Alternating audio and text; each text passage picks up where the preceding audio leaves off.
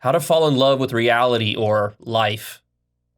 I see far too many people disillusioned with reality or life, even amongst supposed spiritual people.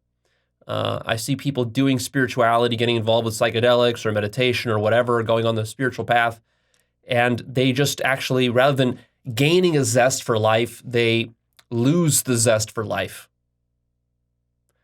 And this episode is about getting you to reconnect with the magic of life again. See, zest in life is not optional. This is not just a luxury. This is essential for living a good life. And these days, there's so much depression, nihilism, cynicism, inaction going around, so much feeling sorry for yourself, so much complaining and whining and trolling. And you have to discipline yourself to cut through all of this bullshit. This is human bullshit, you have to understand. This is not how you create a great life for yourself. And if you're not increasing your zest for life as you're doing this work, and by this work I mean self-help, personal development, spirituality, whatever you want to call it, whatever you're doing, if it's not increasing your zest for life, then you have to change. You're doing it wrong.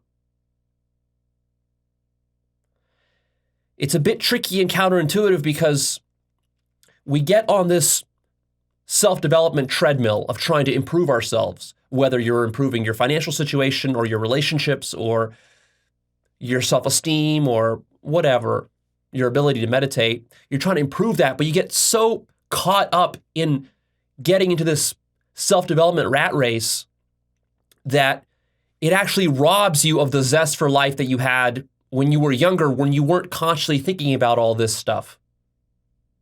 And there's a certain pressure that personal development puts upon you, and spiritual development. A lot of pressure is put upon you to act in a saintly way, to be loving towards people, to not get angry, to not be sad, to not have suffering, all this sorts of stuff, right? And then especially as you're, the first, let's say 5 years of this work that you're going to do, maybe even 10 years of this work, it's going to place a burden on you that normal people, normies as we call them, that normies don't have. People who are not doing spiritual development, who are not doing personal development, who are not trying to actualize their full potential in life, in a sense, they have a much easier life. And in a certain sense, there's a sort of a naive ignorance and almost zest for life that can just come from living life mindlessly. Well, you're robbing yourself of that if you're on this journey with me towards self-actualization, right? But look, if you could just immediately start improving your life, everybody would be into personal development and spirituality. Yes, there's going to be an initial upfront cost, a sort of a hump you have to go through before most of the payoffs come. It's a long-term investment that you're making in yourself. But also what can happen is you can start to do personal development and spirituality in such a way where you get like the wrong idea of what personal development is about or what spirituality is about. And you turn it into such a grind that it becomes its own source of depression, nihilism, cynicism, inaction, feeling sorry for yourself, complaining about life, this kind of stuff. And I want you to recognize that whenever this happens to you, whether it's going to happen to you now or it's going to happen to you in 10 years, you have to catch yourself and realize, this doesn't feel right. And the reason it doesn't feel right, something's not quite aligning in the way that I'm pursuing personal development or spirituality. Yeah, it's because you got some bad ideas. You have fantasies about how to do personal development and spirituality, and you're going to have to adjust those, right? Your initial ways of doing personal development and spirituality are going to be rather naive and misguided, and maybe even 180 degrees the opposite of the way you will be ultimately doing it to get that kind of zest from life that you want. That's ultimately what this is about. If this work is not improving your life, why are you doing it? But you see, there's some tricks here because you have to kind of upgrade your entire approach towards life. Because if you enter personal development and spirituality with this attitude of like, well, so this is going to be as fun as playing video games, right? Or this is going to be as fun as watching Netflix all day. Or this is going to be as fun as smoking weed with my friends and doing nothing. Or pigging out on junk food. It's going to be as great, right? Except I'm going to be improving my life too. No. It's going to be a different kind of satisfaction, fulfillment that you get from doing personal development and spirituality. And you have to retrain your mental palate, so to speak. You have to retrain it in a more mature, sophisticated manner to be able to really appreciate what personal development and spirituality will do for you in your life. Because if all you're chasing after is dopamine hits and raw pleasure, personal development and spirituality is not going to give you too much of that. You're going to be disappointed. But that's actually okay, because what you'll realize as part of this personal development and spiritual growth process is that these dopamine hits that you've been addicted to your whole life and that you have called happiness, that this is not what true happiness is really about, and it's not really what you want out of life. This is not how you create a great life. So this fantasy you have of the great life being a constant, never-ending dopamine, treadmill of ever greater spikes of dopamine, this itself is a fantasy you have to drop. And you're going to be very glad that you outgrow that fantasy, because that fantasy itself is what's keeping you stuck, and it's going to create the depression, the nihilism, the cynicism, the disillusionment with life, feeling sorry for yourself, complaining, right? Because that's an unsustainable strategy. It's not going to really work. So here's what will work. Here's what mature living really is like. And this is really what you want to do in your life. If you're young, if you're like in your teens or your early 20s, what you want to do is you want to transition yourself away from the paradigm of living life the way that most of your friends and people you know, or what is shown to you in social media and in advertisements, all that approach to happiness and to living, to this totally new paradigm of living. And I'm going to give you a couple of like core pillars here that you can use for the rest of your life, right? And the quicker you can get to this mature way of living, this mature attitude, the more fulfillment you'll get out of life, and the more success you'll have in life, and the more you will love life. And the longer you wait, the more disillusioned you will become with life. Okay, so here's the first pillar. The first pillar for how to fall in love with life or reality is falling in love with consciousness itself. This is the ultimate pillar, so I'm just going to lead with this. Falling in love with consciousness itself. What is consciousness? Consciousness is everything. It's everything you see around you. It's this, the colors, the sounds, the sensations. It's your entire field of experience. It's everything you can interact with in life. It is life itself, right? So if you're going to fall in love with life or with reality, but you're not falling in love with consciousness, then how is that ever going to work? Because life and reality are consciousness. So first, it's going to help for you to realize that life and reality are conscious. That's something you have to awaken to, have some awakenings into the nature of consciousness. I've talked about that elsewhere.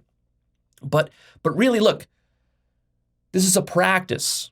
This is a practice that you cultivate. It's a mature attitude towards life where, like, you can just sit there and look at your hand, recognizing it as consciousness, a figment of consciousness. See my episode called Everything is States of Consciousness. States of Consciousness is everything. That's what I titled it. But like the ability, like one of the greatest things that I've gotten from all of my personal development and spiritual work is that I can sit here and just observe consciousness, whatever I'm looking at, my hand or even a computer. Like I could be looking at a laptop and just appreciate that my laptop is made out of consciousness and just sit there and marvel at that fact. Or I can marvel at the fact that my hand is made out of consciousness. I can appreciate the beauty and magic of consciousness. And this sort of appreciation, it gets overlooked as we're going about our daily tasks. But if you're overlooking the magic of consciousness, in a sense, you're overlooking the magic of life. This is one of the reasons you've lost the zest for life. You're disillusioned with life. because you're disconnected with spirit. This is spirit. Spirit is not some sort of thing you find in some sort of other dimension. Spirit is here. You have to recontextualize mundane life as spirit and appreciate it as such. And this gives you a subtle joy and fulfillment that you won't get in any other way. You can't get it from any kind of pleasure high. Now, I'm going to keep talking about how to fall in love with consciousness here in a moment, but let's also introduce the other pillars that are going to be a little bit more down to earth for you guys.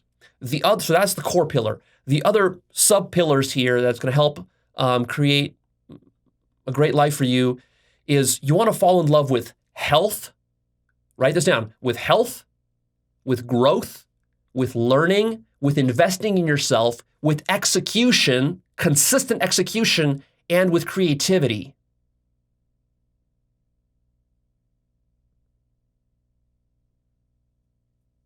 Those are the other pillars.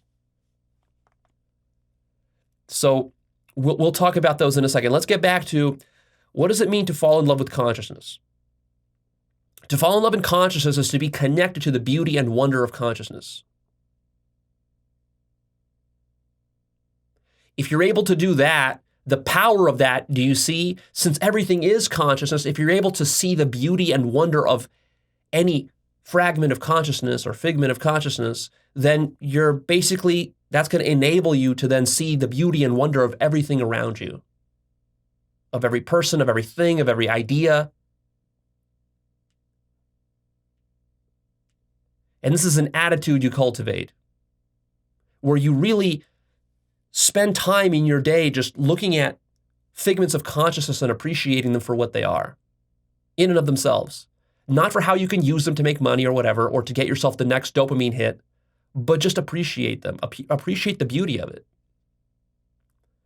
And then there's actions you can take in order to deliver on your appreciation and to deepen your appreciation of consciousness, right? I mean, the most basic action, you could just sit there and sort of meditate or just marvel at it, see something beautiful and appreciate it for what it is. But you can take that deeper. You can study consciousness. You can study how it works. You can explore consciousness. You can marvel at it in deeper ways. You can also use it to be creative. You can use it to inspire you. Have you ever been inspired by something like a work of art? So let me speak to you artists out there right now, artists, designers, creative types of people.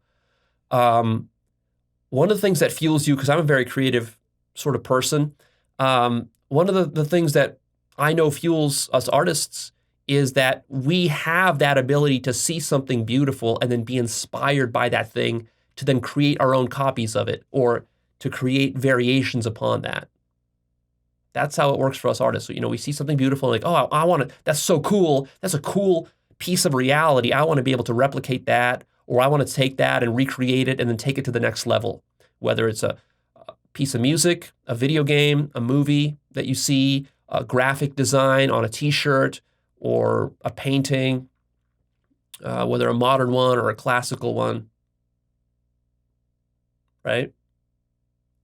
And what's happening there is that the artist has the ability, more so than like the business person or like a factory worker, to see the beauty and wonder, the artistry of consciousness.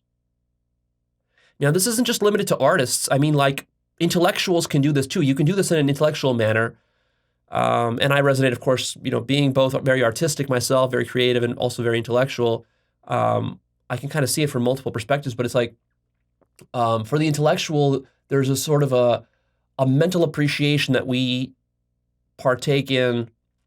Like if you're doing mathematics, you can see the beauty of mathematics. This is what like really drives great mathematicians, is the beauty of numbers, the beauty of patterns that they find in numbers, in geometry, for example, or with fractals, or with algebraic equations, whatever it might be for you.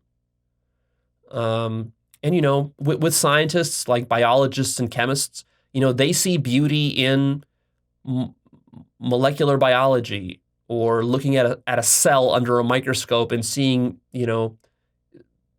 its design and all the little, particles and molecules floating around there, all the different organelles of the cell and how they work, and studying that stuff.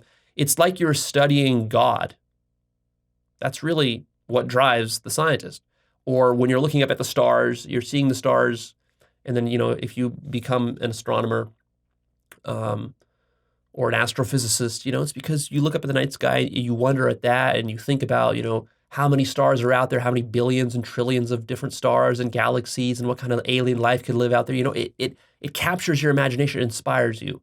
And if you're an engineer, then you're inspired by the beauty of mechanics. Mechanics itself can be beautiful. Just you can look at some gears or some cogs. You can look at a beautifully designed screw or a nut or a bolt or a circuit board, and that can, fill you with wonder and awe. And then you want to create your own, and you want to take it to the next level. You see? So you can pursue engineering or science or academia or even art in a very shallow, materialistic way where it's like, yeah, I'm going to just engineer some gadget. I'm going to engineer a car. I'm going to engineer a computer because it needs to fulfill some function and meet my boss's deadline, right? So that I can get my bills paid. You can approach engineering in that way. You can approach academia in the same way where it's like, yeah, I got to show up to class and teach a bunch of stupid kids, some rudimentary stuff about math or science, and then I go home and do my own thing, right? You could treat it that way. Or you can just treat art that way too. It's like you can show up to to some employer's office, and then the employer tells you what to draw for their advertising campaign. You draw it because they need it. They make a bunch of money. They give you some of that, and then you're done with your day's work. But see, you're not going to ever fall in love with reality that way. You're just going through the motions. You've made life mechanical, material. You robbed it of its soul because you're not connected in any deep way to the consciousness that it's running all of life. All of these things are consciousness. The screws and gears in your mechanical inventions, this is consciousness. The computer that you're programming, that's consciousness. The advertisement that you're making and the minds that it is influencing, the millions of minds that it's influencing across the internet or on television, that's consciousness, interacting with consciousness. When you're looking up at the stars and you're studying astrophysics, that's consciousness. When you're studying mathematics and logic, that's consciousness. But when you're not aware of that, then you're not really able to fall in love with it as effectively as you could. And the more you become aware of how all of it is conscious and how all of it interconnects, the more awed you will be by it, and the more you will appreciate and fall in love with reality, because reality is just consciousness in different ways. And you can choose to fall in love with different aspects of consciousness. Some things will excite you more than others. Not everything will be equal in your eyes because you're biased, and that's fine. So what you can do is you can use creativity as a sort of a medium and a leverage, like a lever, in order to deepen your appreciation and connection to consciousness. So like for me, for example, I used to be a video game designer. And the thing that inspired, I wanted to be a video game designer when I was 7 years old, when I played my first Game Boy game. The shitty old Game Boy that used to exist. It was like this green mono-colored screen. It was, by today's standards, it was awful. But back then, just seeing the pixels moving across the screen, that captured something in me. And what I recognize now, in retrospect, what that captured in me is like the motion graphics aspect of video games. To me, as a child, I intuited the beauty and wonder of that. And really what I was connecting with was the motion graphic potential of consciousness. And it's the potential there to use these pixels to create new worlds. That's in a sense what, video game development is. You're creating new worlds that couldn't exist otherwise. You're literally playing God, creating worlds within consciousness using, very specific, medium of pixels on a screen. But that's fundamentally what you're doing. And so I fell in love with that. To me, that wasn't just like, oh, I'm just going to create a video game. It's like a distraction from being bored in life. It's like, no. It was something very profound for me. Like for many people, when they think about video games, like, oh, it's just a toy. Leo, why you're so seriously, why would you be interested in video games? They're just toys for children. It's like, yeah, you could see it that way if you choose to. That's a shallow way to see it. I never saw it that way. And other people, like a business person might look at a video game and say, oh, that's a great way to make a lot of money. Like you could make $1 billion video game. And I never saw it that way either. To me, video games were never about making money.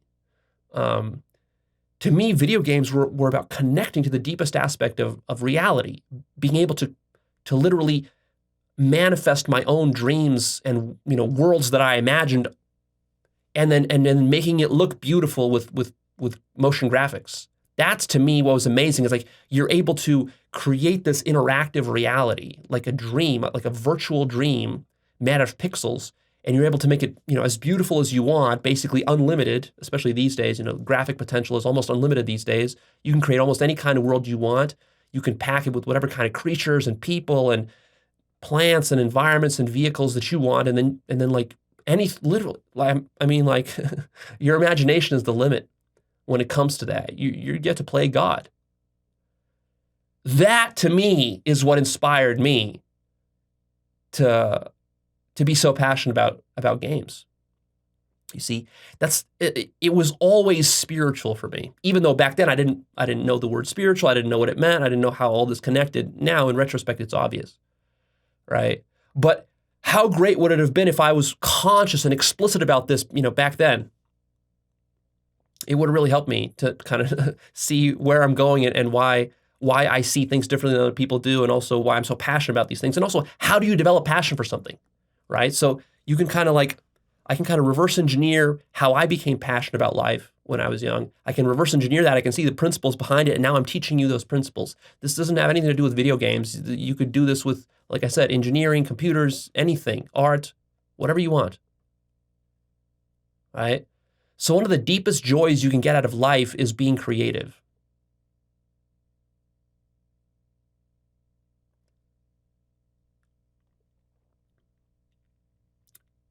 Because you are God, and God is creativity. There's a almost metaphysical joy that comes from being creative when you learn how to be creative in the right ways. And a lot of people are missing out on this creativity. I think most humans on this planet are not tapping into like even 1% of their creative potential. This is a gross insult to your nature as God. And I think that honestly, an enormous amount of people simply end up killing themselves or being stuck in depression or nihilism or cynicism or just wasting their entire life simply because nobody ever shows them their full creative potential and how to actualize it. We don't really teach our children how to be creative. If they become creative, it's only through their own sort of intuitive efforts that they do it. We don't have a rigorous process for teaching people how to be creative, how to find their creative niche, what they want to be creative in, all the different ways that creativity can manifest itself. Because like when you say creative to the average person, they think like, oh, art or painting. It's like, but I'm not a painter. I'm not good at drawing, therefore I'm not creative. It's like, no, there are so many different ways to be creative. You can be creative in business, in science, in mathematics, and in programming, in communicating with people, in public speaking. There's an infinite number of ways to be creative. And then to develop your capacity to be creative in some niche. This is not just a way to earn money. This is not just a way to doodle on a notebook and to entertain yourself when you're bored in class. You have to see it for something much deeper. This is your way of connecting to consciousness and falling in love with consciousness. This is your way of honoring and appreciating consciousness. When you really appreciate it, it's not enough just to marvel at it with your eyes. You want to participate in it. You want to participate in the creative process. And so the more you start to appreciate your life as this work of consciousness, this work of art, you start to see the miracle of your life the miracle of being able to participate in this beautiful, wondrous thing called consciousness, this mysterious thing called consciousness. And then as you get in touch with the magic of it, the divinity of it, you start to respect and appreciate it, and then you want to devote and sacrifice your life working on its behalf. And that's when your life becomes meaningful. That's when you connect to life, and then when you start to sacrifice and work towards it every single day. That's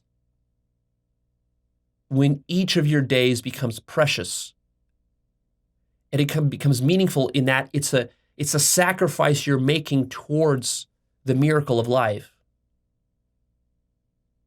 Now, I want you to consider this attitude that I'm giving you right here versus the sort of typical attitude you have towards your life. The typical attitude that your parents or your friends or your coworkers have towards your life, where they just wake up and then they're just running around doing the rat race stuff they got to do, like doing their chores, paying their bills, doing what the boss told them to do, that kind of stuff, right? Notice how different these attitudes are, like very, very disconnected from the beauty, the wonder, the divinity, the miraculous nature, the mystery of consciousness. Like consciousness has nothing to do with the sort of attitude of just kind of like going through your day, paying your bills, earning some money, doing your chores. And yeah, that's why you become disillusioned with life. That's why you become depressed. Because what joy can there be? How can you love life when you live that way? You're just jumping through hoops, basically. Utilitarian hoops. Avoiding suffering and pain, trying to minimize your suffering. Trying to minimize people yelling at you for failing to do your job, failing to show up on time. This is not a positive, constructive way to live. This is sort of like you're just living along the path of least resistance. Like you're going to school to do your homework so that your parents don't yell at you, kind of thing. Or you're just doing the bare minimum at your job so your boss doesn't fire you, sort of thing, so that you can pay your bills, come home at night, and just eat some junk food and watch some Netflix, and then do it all over again the next day. This is, if you're going to live a life like that, you might as well not live at all. You're wasting your life, and deep down in your soul, in your spirit, so to speak, you feel that, you know that, you're living way below your full potential. And you should be unsatisfied with that kind of lifestyle. That's a signal that your spirit is sending to you that you have to be able to decode and realize like, yeah, okay, I'm not living in alignment with my highest values. I'm not living at my edge. I'm not in touch with the miracle of life and existence. And then you start to wonder like, well, what is the meaning of all this? Leah, why was I even born? Why is God such a bastard? Put me here. What kind of God would create something like this? Look,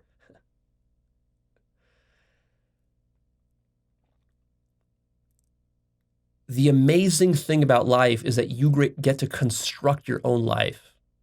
That's what makes life so amazing.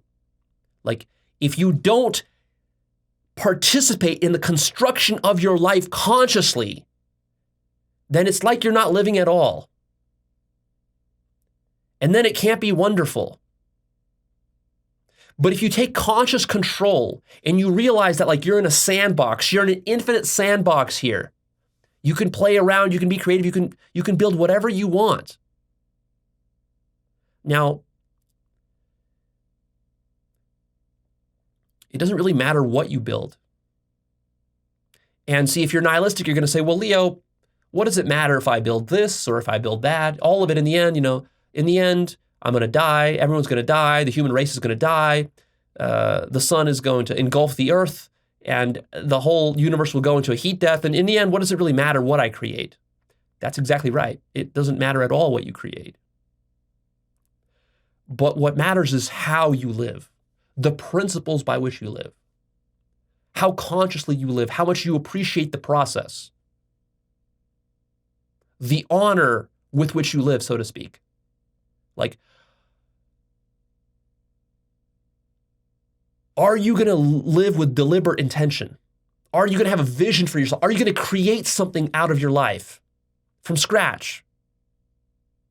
That's really the opportunity that life is affording you. That's challenging. Taking that on is a huge challenge. It's difficult. It's a struggle. It's not just pure positivity and pleasure that you get when you undertake this process.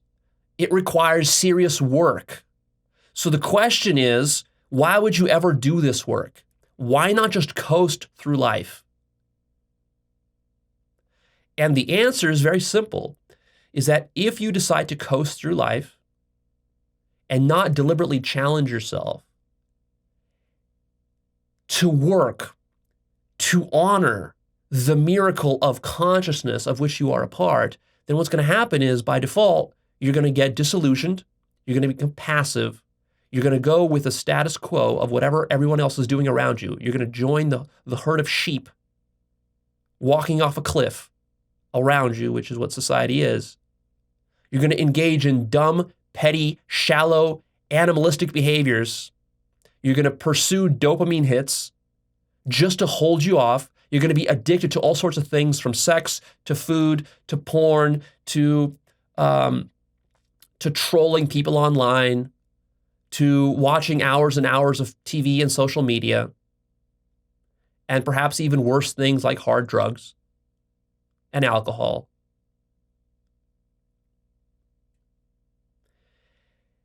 And you're going to slowly go down this gradual downward spiral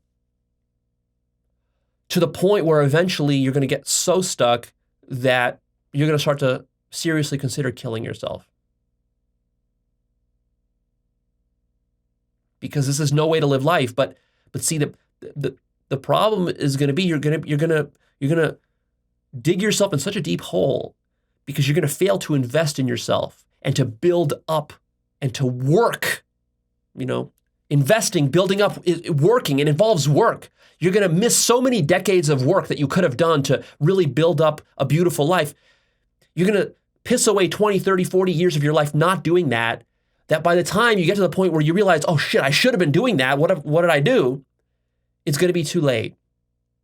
And your soul is going to be so crushed by the fact that you've wasted so much of your life already not having done that it's going to be easier for you to decide to kill yourself in many cases than it will be to put yourself back on track and to use the remainder of your life to actually build yourself up and to invest in yourself. Every decade that goes by that you don't invest in yourself, that you piss away, is going to be that much. It's going to be an order of magnitude harder for you to begin investing in yourself. Go see my episode about the importance of investing in yourself. What was it? What did I title it? I have so many episodes, it's hard for me to recall all their titles. Like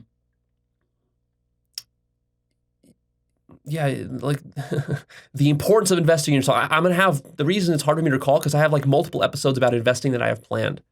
And a few I already released and a few more that I want to release because it's such an important topic.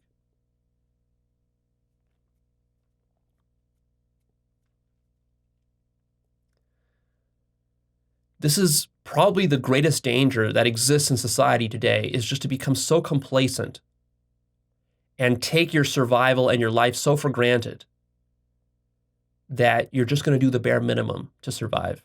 And that's it. You're not going to really live to thrive. You're not going to challenge yourself. You're not going to take on deliberate challenges and to work extra hard to build something beautiful.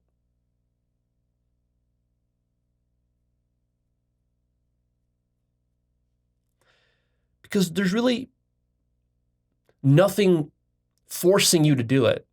No one in society is really beating down your door telling you have to do this. This is something, again, one of those things I've talked about in the past where it's like, this is one of those subtle things you have to like cultivate within yourself. You have to have the vision to want to cultivate it within yourself.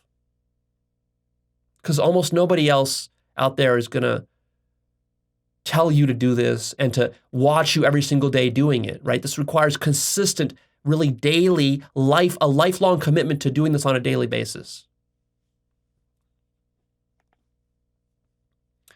Now, let's talk about some of the other pillars here. What does it mean to fall in love with some of this other stuff, like with health, with growth and investing in yourself, with learning, with execution, with creativity? Well, let's talk about health for a second.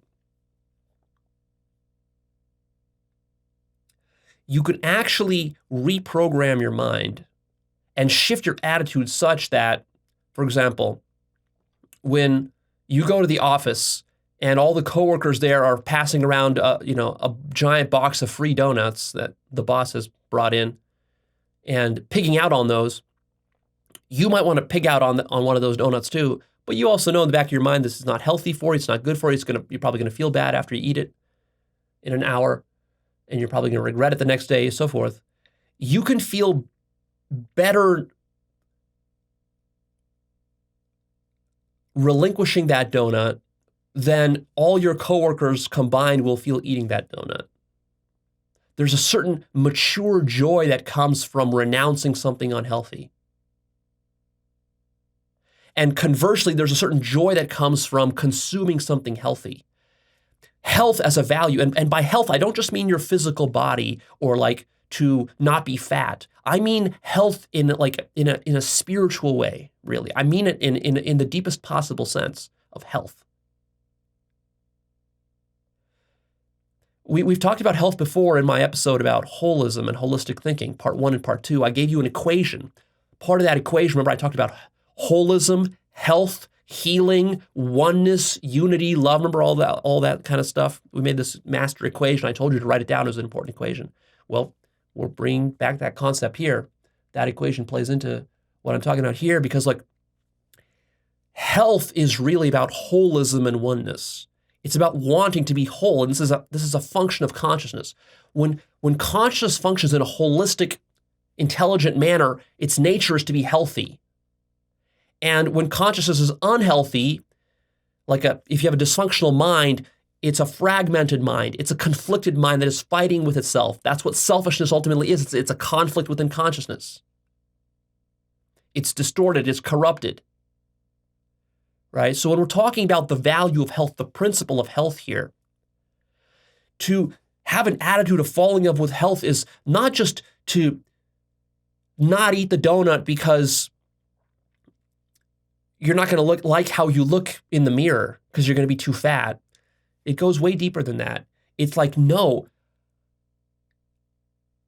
if I'm not healthy in all the dimensions that health pertains to, then in a certain sense, I'm disrespecting life. I'm disrespecting consciousness. I'm disrespecting myself, and I'm disrespecting God. That's the level you want to take it to. And we're talking about not just the food you put in your body, not just the way that you exercise, but also the way you communicate with other people. Is that healthy? Are your relationships healthy? Is your mind healthy? Is the information you're putting into your mind on a daily basis, is that healthy? Or is that toxic and dysfunctional and corrupt? Are the systems you're participating in, are they healthy? Like the company you work for, is it a healthy company or is it a dysfunctional company that is a predatory company that is producing a net negative impact on the world or society? You see, this matters because if you're working for a company that you don't believe in its mission and its purpose, and it doesn't align with your values, then that misalignment already is going to make you disillusioned and depressed about life in subtle ways that you may not fully appreciate for 10, 20 years. And see, so when you cultivate this attitude and like the joy that comes from doing healthy things,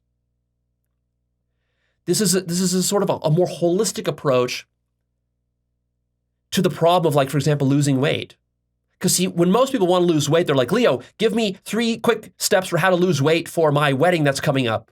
It's like, this is completely the wrong approach. The right approach is to develop this attitude of reverence towards life and consciousness and to yourself and your mind, to the point where you don't want to poison yourself with bad food. because you see how this is going to damage not just your body in the short term, it's going to damage your mind, your brain, your ability to think, your ability to be creative, your ability to ultimately honor God and consciousness. You see, it's going to reduce your ability to be mindful and to concentrate and to maintain focus.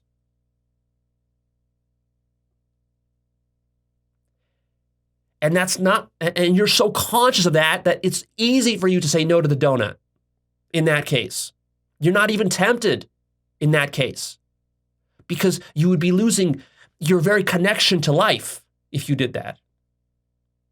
That's the depth of the attitude you need to have to build an amazing life, to fall in love with life, to really see how much you're respecting yourself in this case and how much you're respecting consciousness. You have too much respect for yourself and for consciousness and for the miracle of reality to live it in such an artless way of just stuffing yourself like a pig with donuts just because your boss brought them in. It's like, yeah, Leo, but they're free. Yeah, but like how little respect must you have for yourself to stuff your mouth with poison that's going to disrespect the entire universe just because it's free? Or conversely, you could go to your local market and buy some, organic fruit drink, healthy fruit drink, or some, fresh fruits or some vegetables or whatever, or go do some juicing at home, that's going to cost you a bit more. It's going to take more effort. It's not going to be as popular as eating the donuts with the friends at work. But see, when you go and you say no to the donuts and you go to the grocery store instead and you drink a healthy, celery juice or something like that instead, there's a higher level of joy you can get out of that. But that's not something that comes straight from the celery juice. It's not like you're going to drink that celery juice and it's going to be like, oh yeah, it's like, oh, it's as good as a donut. No, it's not as good as a donut. If all you're doing is just you're comparing like the raw pleasure of a donut versus a celery juice. But what you can do is you can program your mind with this attitude, this larger respect and purpose that you have in life, that by fulfilling on your purpose and by sacrificing and honoring on behalf of this larger purpose that connects with your spirituality, you can get a deeper high, sort of a mental high, a spiritual high from executing on those healthy activities that you need to execute on versus eating that donut, the pleasure in eating that one donut. But that's something you have to create for yourself, using your mind deliberately, consciously. See, because the thing with the donut is that the donut, you can give it a donut to an idiot and the idiot will still enjoy its taste because it's like a direct hit on your, pleasure tongue receptors, so to speak. Whereas with the celery juice, it doesn't work that way. It's not that same. In fact, when you're drinking a celery juice, it tastes a little bit gross. So why would anyone ever drink it? Well, because there's a higher overriding value of health. And what you're really getting pleasure from is not from the celery juice, but from the health that the celery juice is providing to you. But that requires extra mental construction, you see. You have to know what you're living for. You have to have a vision of health. Because health is a long-term thing. It's also a much broader thing than just the food you eat. And see, when you have a very high-level, abstract, and proper understanding of health that isn't just based on particular foods, but it's just sort of a whole attitude towards life, then what you can do is you can create a sort of a synergy, like the celery juice you drink here instead of the donut that you could have eaten, and then, the exercise you do, the yoga exercise maybe you do instead of just sitting on the couch all day or at the computer, and then maybe the healthy corporations that you apply with your resume to versus the unhealthy ones that you avoid, and so forth. This all interconnects together. And then when you're executing on all of that successfully, this gives you the deepest fulfillment you can get in life. This is real happiness. It's sustained. You feel great about yourself. You feel great about your life. You have high self-esteem. You feel strong. You're living up to your own values. You're not sabotaging yourself. You're in alignment. You're holistic, right? To be holistic means that all the parts of you are working together in a synergistic manner towards some higher ultimate purpose, which let's say is, in this case, consciousness or love.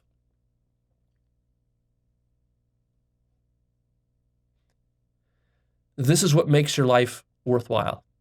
This is what makes it meaningful. This is what gives you integrity. Integrity is deeply related to the concept of holism. Integrity is wholeness. A lack of integrity is a fragmentation of your mind and your life.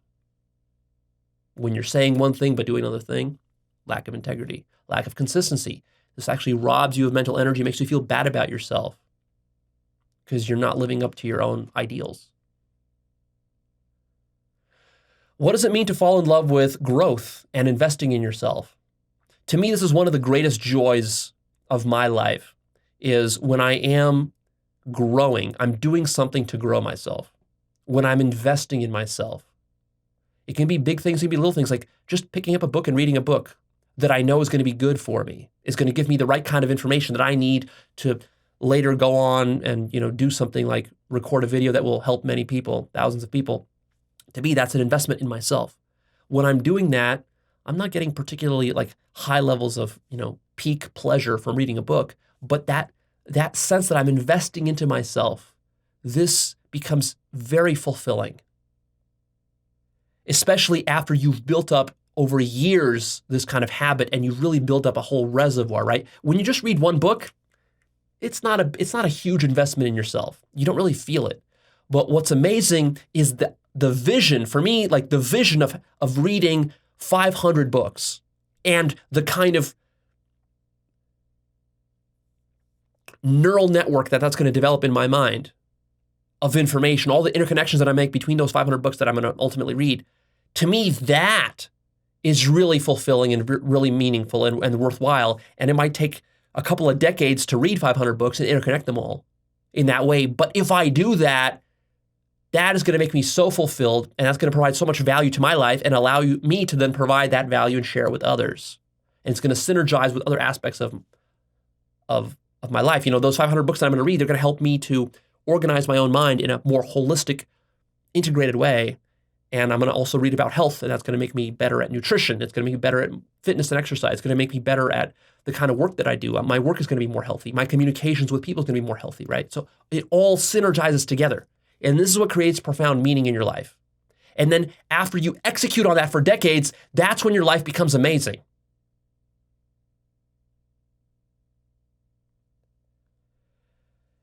How about, so we talked about investing in yourself, growth. So anything you do in life that grows you, even a little bit, you should get excited by that. That should be what you're doing. Like every morning you're waking up, what's the thing that's getting you excited? Is it just to go to work, to punch the clock? No, it should be, how are you going to grow today in whatever you're doing, whether it's your business, your craft, your skill, your art, in your relationships, in your friendships, in your social skills. Like lately, I've been motivated a lot to be going out and socializing a lot, but I'm not just doing that just like for fun.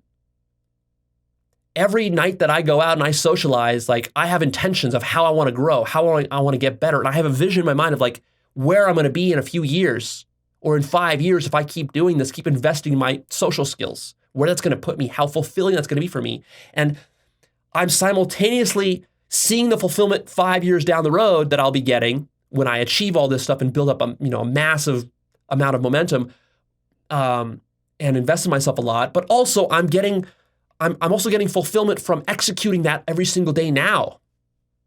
Even though if I just go out tonight, I'm not going to get all the benefit that I'll get 5 years from now, but I'm going to be excited just to do that because I can connect all those dots together. I see how just like one step leads to the next in my mind, but I have to create that in my mind. You see. This is the kind of living that like animals don't do. Animals can't do this. Humans are capable of this. But the way most humans live like animals, where they're not doing this. because this has to be done deliberately, consciously. You have to plan it out, and then you have to execute on it. The next pillar is learning. We sort of talked about it with the book example, but that was also like overlapping with the example of investing in yourself. But like learning, I have like 3 episodes that I released that talk about learning. Learning is behavior change. Learning equals making distinctions. I have another one about learning. I even forgot what it was called. But like, why do I focus so much on learning? Because basically life, the quality of your life all hinges upon your ability to learn. Every single day you should be learning in your life. And I don't just mean through books. And I don't just mean through audio or podcasts or something. I mean, these are sort of obvious ways of learning, but they're not even the highest forms of learning. The highest forms of learning is when you put yourself face to face with a problem that you have to solve. An experiential problem where you're facing and exposing yourself to new experiences of some kind. That's when you really learn. If you undertake a difficult project and you commit to accomplishing it, no matter what, that's when your biggest learning will happen. Whether that's with your social skills, with your dating life, with your sex life, with your business, with your art skills, with your speaking skills, with your relationship skills, whatever that is. You can be learning on all these fronts every single day. And you can be doing it just sort of haphazardly by accident, the way most people do, or you can do it deliberately. When you undertake the process deliberately, that's when things become exciting. You're not just going to work just to earn a paycheck or to accomplish some project. You're going to work primarily to learn how to get better at whatever work you're doing. And likewise, in your relationship is not just about extracting sex from somebody anymore. And it's not just about being comfortable with them and having a good time, vegging out on the couch and watching Netflix. Now it's about learning together, learning how to be better in relationships together, such that even if this particular relationship ends and collapses, which most of them do, let's be honest, you're still left with something. You're left with the lessons that you learned about how to be better in relationship. And then the next relationship you enter into, you're going to be a little bit better in. And then you're going to keep doing that and doing that and doing that until eventually you learn how to do really good conscious relationships. So fall in love with learning. An enormous chunk of my life's meaning comes simply from my love of learning. I love learning. I love learning about how the world works, how consciousness works.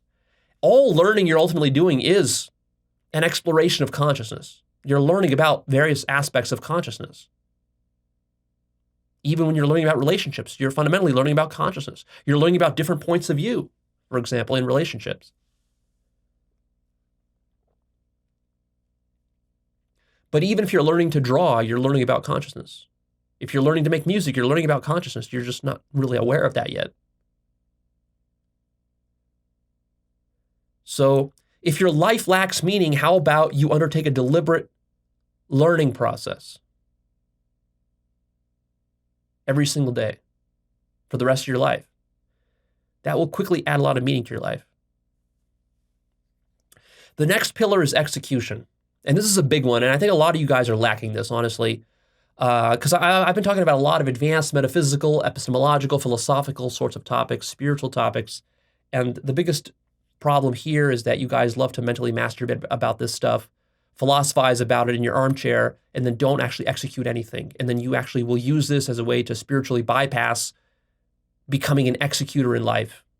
And I've been a bit guilty of this myself. I think this is sort of natural with learning spirituality, especially in the first maybe 5 years that you're getting into spirituality. A lot of teachers and traditions, they'll tell you to like stop pursuing materialistic goals and stop caring about work so much, stop caring about results so much, just, sit there and meditate, that kind of thing. And then you become bad at execution.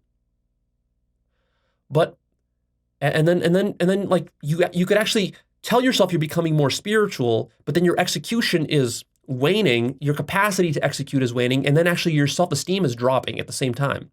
And the reason that's happening is because half of self-esteem is called self-worth, the other half of self-esteem is called self-efficacy. Self-efficacy is your ability to go out there and execute. and do the things you want to do that you know you need to do, that are healthy for you, that are aligned with your values. And so it can be easy to kind of trick yourself to fall off track with that. And so one of the things that I've really realized lately is that, like, you can do all the spiritual stuff, but you have to maintain your ability to execute. Otherwise, your self-esteem is going to tank. Your self-efficacy will tank. You're going to feel weak. You're going to be afraid to go out into the world and just do basic things because you've been sitting on the cushion for so long. You've gotten comfortable with that. And now you're not even comfortable going out there and like tackling some material challenge. Your ability to execute is huge. And there's a joy that comes from simply executing consistently every single day. Execute, execute, execute, execute. What do I mean by execute? You do the tasks that you know you need to do to create the kind of life that you envision yourself having. That's what execution means, whether it's reading a book every day that you want to read, or whether it's going to work on time, or whether it's meditating every day on time, or it's going out and socializing, or it's developing your sense of humor, it's going to the gym, whatever it is, execute on that.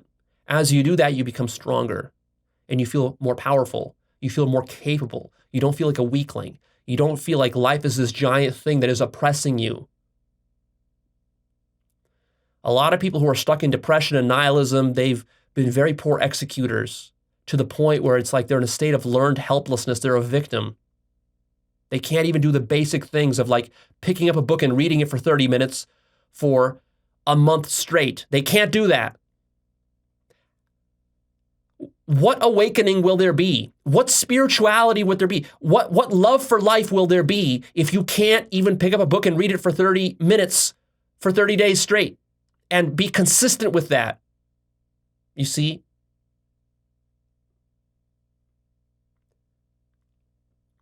There's a joy that comes from building this kind of discipline. And again, this is not the kind of joy that just kind of like, it's not like eating a donut kind of joy. It's a joy you have to create in your own mind. It's a more abstract kind of joy that needs to be constructed, where it's like the first week that you execute consistently, you're not going to feel that great because like you're building a new habit. But then after like a month of executing consistently, you feel great. Every new day that comes, you're like, yeah, I want to maintain my streak of execution. And then you see how that execution is investing slowly in your life, building you up, growing you, making you more healthy, helping you to learn, honoring consciousness, your highest commitment in this life, paying respect to your own self and to your life and to the miracle of existence. Over time, that snowballs. And then you can build that up in your mind where you get a deep satisfaction out of that.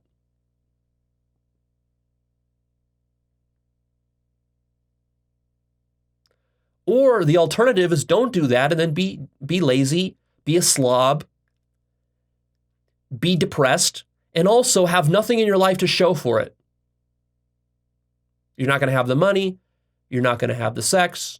You're not going to have the intimacy. You're not going to have the friendships. You're not going to have the social connections. You're not going to have the skills, the work skills. You're not going to have a good career. And then your life truly isn't worth living anymore at that point, if that goes on for too long. You see? The other pillar is creativity. I sort of tackled this when I was talking about the first pillar of honoring consciousness. But I think for you to practically be fulfilled in life, you got to be creative in some capacity. And this really, we're talking about your work here. You're going to be living on purpose. For that, see my life purpose course, where I talk about how to find your life purpose, how to find your values, and all that sort of stuff, and then how to stay on track with that and how to be creative with that. These are the meat and potatoes that make for a fulfilling, beautiful, meaningful life. And everything else is basically just distraction and petty human bullshit. Be very careful with this petty human bullshit. I want you to get very good at identifying it when it's happening around you and when you're engaging in it. What do I mean by petty human bullshit? I mean pop culture stuff. I mean gossip. I mean celebrity news. I mean all the social games that humans play. I mean status. I mean money. I mean sex, addiction. I mean escapism. I mean video games, politics, chasing after luxury items and food. This is all petty human bullshit. None of it produces genuine fulfillment of any kind. It's all temporary. It all comes and goes. It's very inconsistent. Even if you do get it, the happiness from it doesn't last very long at all. And in fact, oftentimes it comes with a sort of depression and disappointment that comes afterwards, even if you win at these things. If you're engaging in this petty human bullshit, you're playing a game that you cannot win. However, if you are engaged in pursuing the pillars I gave you above of falling in love with consciousness and honoring it, of pursuing health and growth and investing in yourself and learning and execution and creativity, it's almost impossible to lose that game, do you see? But you have to play this game consistently. And you have to motivate yourself to play that game because others won't do it for you. In fact, what they'll do is they'll distract you with the game of petty human bullshit instead. Every time you're trying to be healthy, somebody's going to come along and try to entice you with some petty human bullshit. Like, hey, let's go to this restaurant and pig out on our favorite pizza. And you have to say, no. That's petty human bullshit, and I respect my own life too much to go do that with you. And every time that you sit down to read a book, one of your friends is blowing up your phone with some latest like celebrity gossip that they're sharing with you on social media or whatever. Or some crypto coin get rich quick schemes like, hey, come, let's do this together. Some NFT bullshit. You have to say no. That's petty human bullshit. I'm going to sit here and read this fucking book for an hour instead of engaging with you in your petty human bullshit. While you're doing all that petty human bullshit, I'm going to build myself up into one of the most intelligent people on this planet over the next 10 to 20 years. And meanwhile, in 10, 20 years, you're just going to be engaged in the same bullshit you've been engaged in with all your friends. This is how you have to think. You have to be kind of ruthless here about this. The reason you have to be a bit ruthless and strict with others and with yourself, you have to set these boundaries, is because people will otherwise drag you down into their petty human bullshit. They're really good at creating drama and distractions, at enticing you with cheap thrills and things like this. You have to be disciplined enough. You have to have enough vision to say no to all of that and just keep going with your vision, your positive, creative vision of the spiritual, profound life you're going to build for yourself over the next few decades. Slowly, day by day, inch by inch. This is about seeing value long term. You see where the true value in life is, and you see through the shallow stuff that seems like it has value, but is actually fool's gold. The petty human bullshit, all that is fool's gold. You want to be going for the real gold. And the real gold is going to be the stuff you're going to have to sacrifice for and work for yourself, consciously, deliberately, intrinsically motivated to do. Not because somebody outside is telling you to do something, not because you saw something on TV in some advertisement, or because your friends are doing it.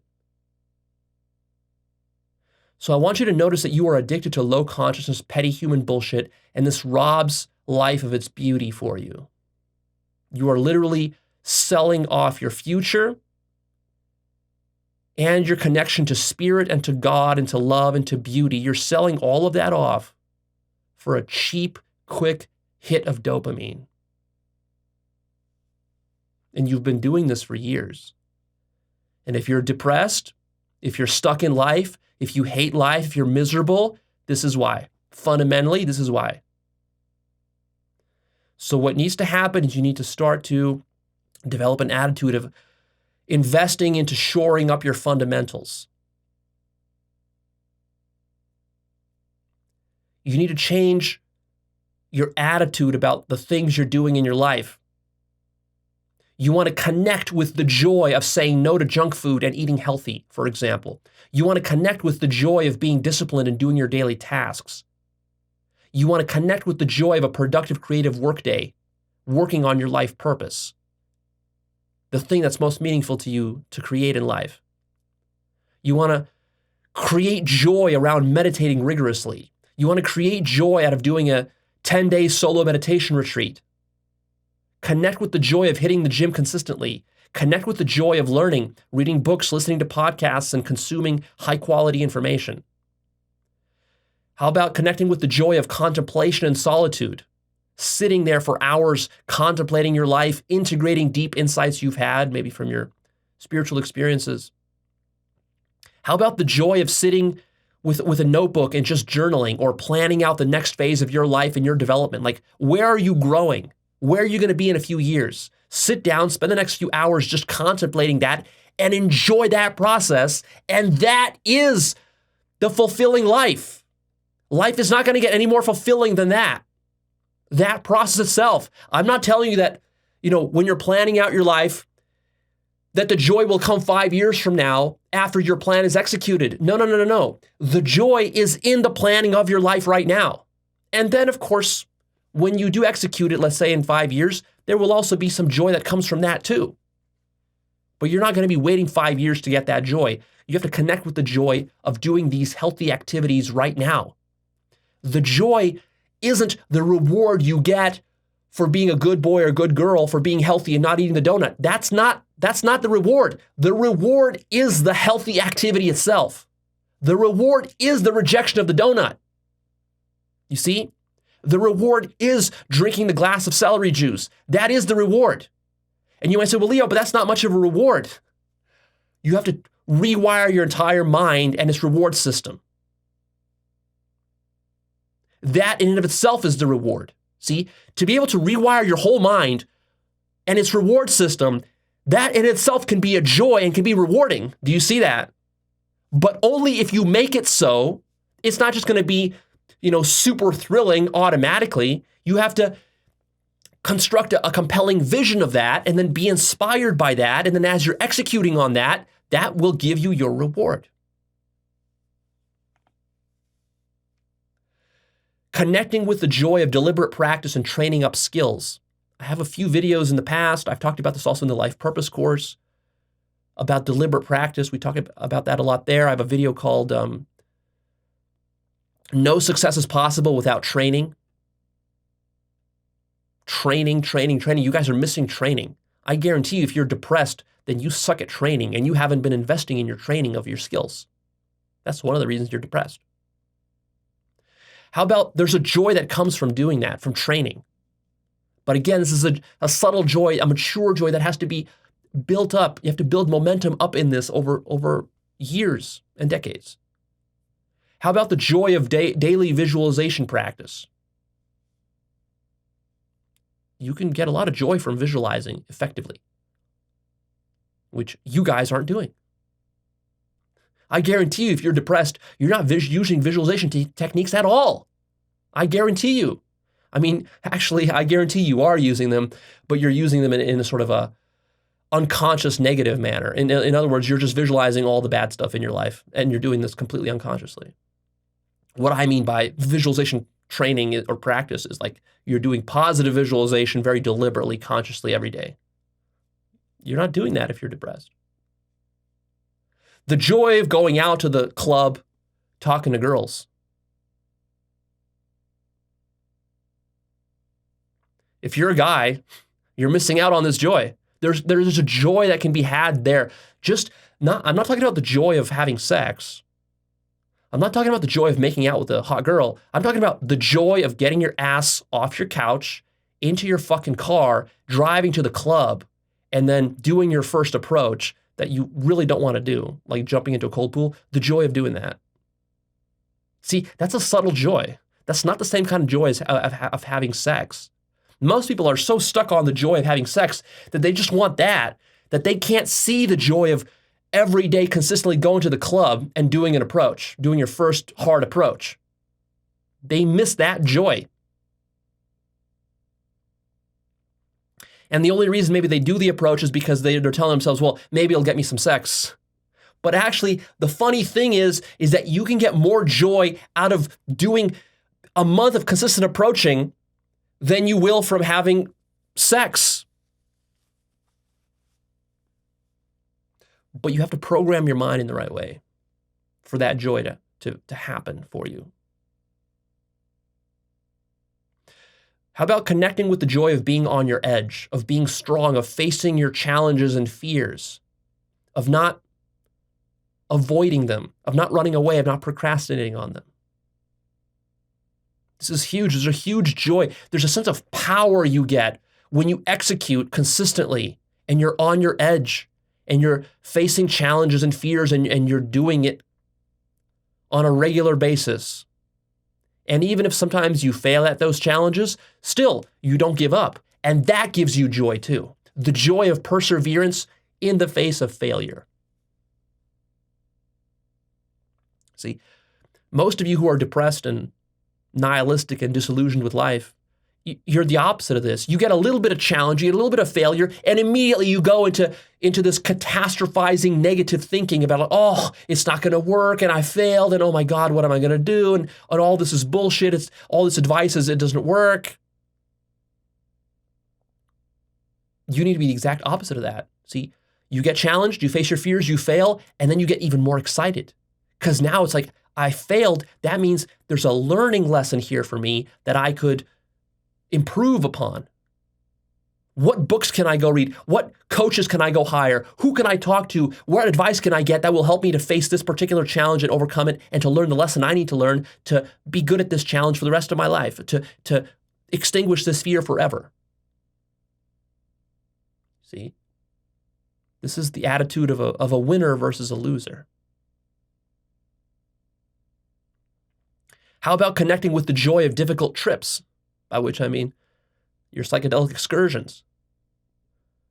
You know, a lot of people are like, well, Leo, am I going to have a bad trip here or on this chemical or on that chemical or on this dose or on that dose? It's like, the bigger question is, why are you avoiding these difficult trips? Why can't you be strong enough to handle a difficult trip? Why can't you even learn to enjoy difficult trips? Because after all, what is a difficult trip? When you're tripping, you're just exploring consciousness. You're exploring your own mind. Now, of course, some trips can be so difficult they can traumatize you, so you don't want to go that far. But you know, a difficult trip just on the edge of traumatizing you, but not totally, you know, shattering your mind and your ego. Again, if you're living on your edge, and you have high self-efficacy, you've been building up momentum, you've been executing, then like lately I've been almost like enjoying difficult trips, like wanting to challenge myself with difficult trips just to see how deep can I go with consciousness? What can I handle? What am I really made? What's my full potential? And that gives me a kind of joy, a sort of a high level joy that most people are missing out on.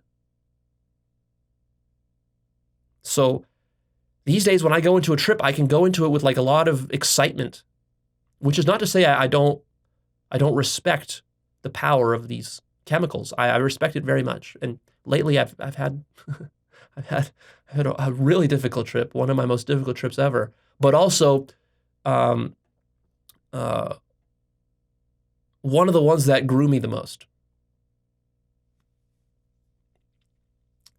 And when I came back from that trip, I'm like, I feel like juiced up. I feel like I'm on, I feel like I'm more powerful than ever.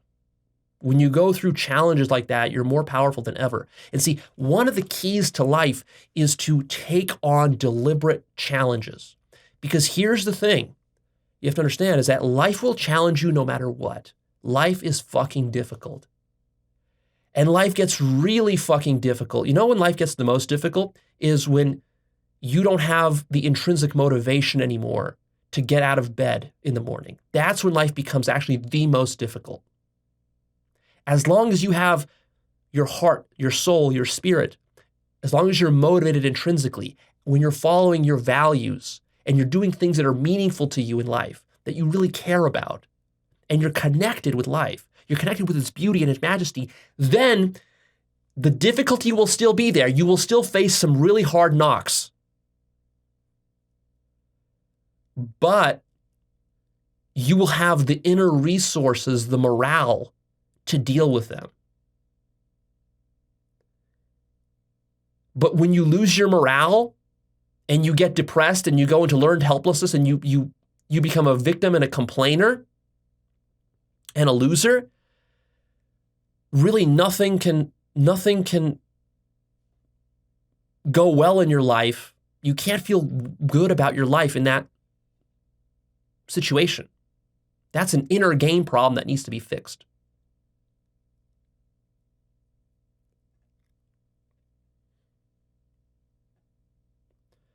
So whether you undertake challenge or you don't, you're going to be challenged. But when you undertake challenge consciously, the challenge is meaningful for you. Whereas when the challenge is not something you consciously choose, but it is foisted upon you just by external circumstances, then you're not going to be really motivated to deal with the challenge, and you're just going to be kind of like avoiding the challenge, and you're going to be begrudging the challenge. The challenge will come your way, and you're going to be like, oh, why did God put this challenge in front of me? And you're going to feel resentful about it. Whereas if you undertake a challenge consciously, like you wake up tomorrow morning and you say, you know what? I'm going to run a mile today. I'm going to run a mile in 10 minutes. That's a challenge I set for myself. Now, is there any reason I have to? No. Am I going to die if I don't do it? No. Am I going to lose my job if I don't do it? No.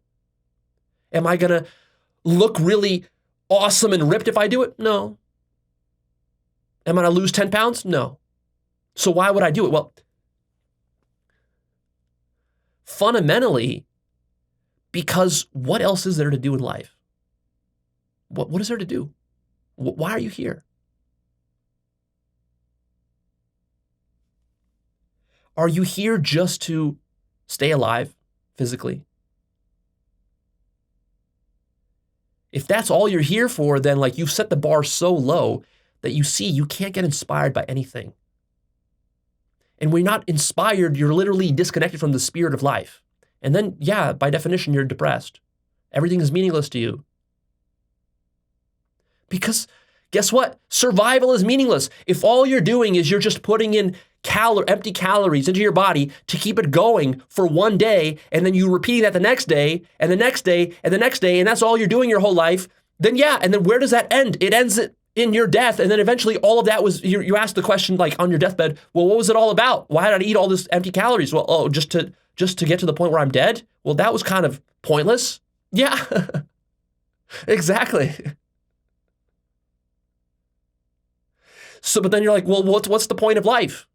Well, Leo, so is the point of life to build something up, to like build up $1 billion? But then on my deathbed, I could wonder like, well, but if I have $1 billion in my bank account and I can't take it with me, I'm going to die and I can't use it all, then that was pointless too. Yes, exactly.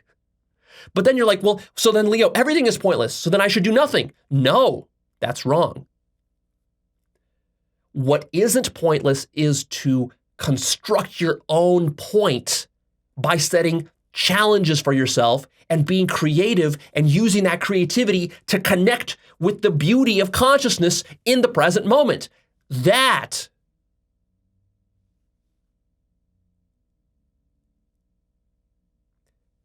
kind of conscious living is meaningful. And it has a point. It is its own point. It's not something you do to get some reward in the afterlife. It is its own reward.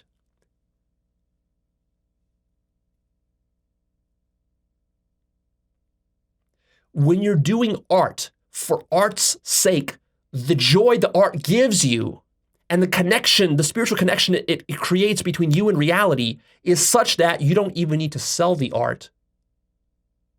The selling of it is irrelevant. You've already got your reward by doing it. It doesn't even matter if anybody buys it or not at that point. At that point, the only purpose of selling it would be either one, to share the beauty with others, which could be meaningful to you, of course, as well, or to get enough money back from it, resources back from it, such that you could funnel that back in so you could keep doing your art the next day, pay your electric bill and so forth.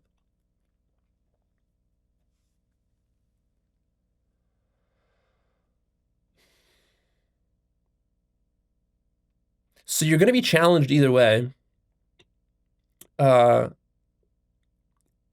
It would be a lot better if you chose your challenges rather than having them choose you. So the secret to fulfilling life is choose challenges that are aligned with your top values, that are going to create for meaningful challenges that you accept willingly. See, there's a difference. Understand there's a difference between like walking down a dark alley at night and getting mugged by some hoodlums and getting into a street fight with them. You didn't choose that, right? You were just walking, you didn't want to fight, and they just kind of like sucker punched you from behind in a dark alley. That doesn't feel so good. That's not fulfilling. You're just surviving there, like an animal in that situation. Versus, for example, telling yourself, you know what? I'm going to become the world's best martial artist or boxer. And I'm going to enter a boxing ring. Now, do I have to enter a boxing ring? No. Am I going to die if I don't enter a boxing ring? No. Is it even going to make me like rich to enter a boxing ring? Maybe it won't. Most boxers aren't very rich. But I'm gonna choose that kind of life anyway. I'm gonna challenge myself to be the best boxer I can be. And you do that, and as you do that, you enter the ring deliberately. You don't have to, but you do it. You're doing it consciously, right? And when you're boxing in the ring consciously of your own choice, no one's holding a gun to your head, forcing you to be there. That's when you can fall in love with boxing as an art.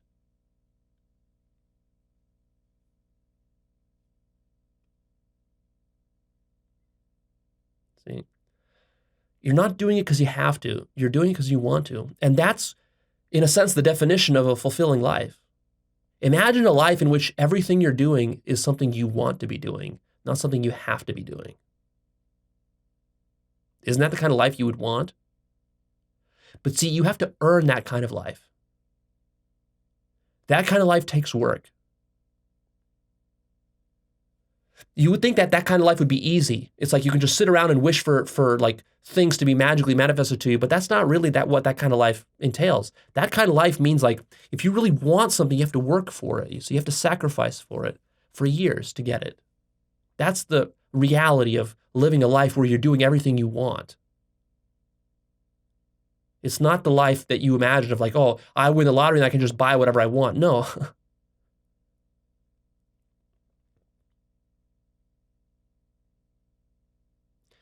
How about connecting with the joy of building up the infrastructure for your success? I have an episode called Building Up the Infrastructure for Your Success. Go check that out. To me, that's one of the joys of life that I've been noticing I get a lot of fulfillment from is like, and what do I mean by infrastructure for success? I mean like little things. Like, for example, if I find a great new alarm clock on Amazon, I get excited by that because in my mind, I'm not just buying a single alarm clock. I'm buying an alarm clock that I'll be using like for the rest of my life that will help me to stay on track with all my goals, to wake up on time, to show up to meetings on time, to meditate on time, to do all these things that I, need to do that are related to alarm clocks and timers.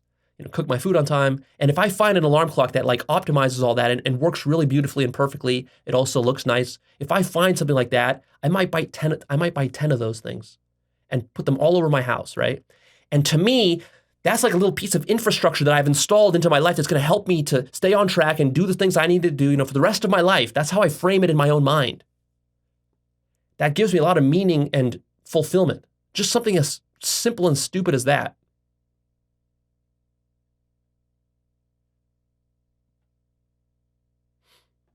And then, it also makes my life a little bit more productive, like 0.01% more productive because I found, a little better alarm clock or something. How about connecting with the joy of saying no? Saying no to toxic, unhealthy stuff. Saying no to toxic food, saying no to toxic dysfunctional activities with friends, saying no to being in unhealthy environments, saying no to unhealthy chemicals and products and additives, saying no to toxic work or business stuff, toxic marketing stuff, saying no to toxic dysfunctional relationships. Just like, no. There's a power you get from that, right? It can be hard to say no, but it can also be easy to say no once you build up that muscle. You want to get to the point where you respect yourself and your own consciousness so much. You respect reality so much that you're not going to compromise yourself for some quick little bit of pleasure with some toxic, unhealthy thing. You just say no, and then you get pleasure from saying no. You get more pleasure from saying no than you would from consuming that toxic thing.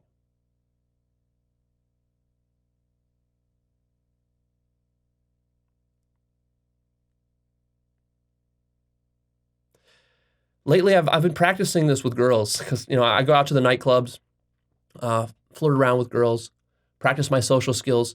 Sometimes in the nightclub, I'll meet a really drunk girl.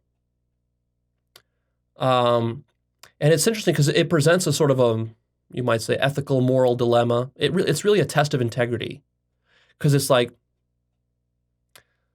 okay, she's into me, she's attracted. If I keep pushing this, this could lead to sex. Some easy sex. Should I capitalize on that? Or should I say no? I could say no because of just, I don't want to be, I don't want it to boomerang on me. She might regret it, and then she might accuse me of rape or something. Of course, that's an obvious reason not to do something like that. But lately, I found an even deeper reason to say no. And the even deeper reason is I'm just disgusted, when I see a girl in a club that's too drunk, when I see people who just drink and don't respect their own health and their own bodies, I don't mind if somebody has a drink or two to let loose at a club, that's fine. But if I see that the person is just a habitual drinker, drinks way too much, gets way too wasted, becomes very sloppy, and just doesn't really respect their own health, their own consciousness, or the consciousness of reality. When I see that in a girl, it just makes me disgusted with her. I don't even want to have sex with her at that point. And so the reason to say no is really not because I'm worried of what will happen if I sleep with her. No, the reason to say no is because it just violates my own respect for consciousness.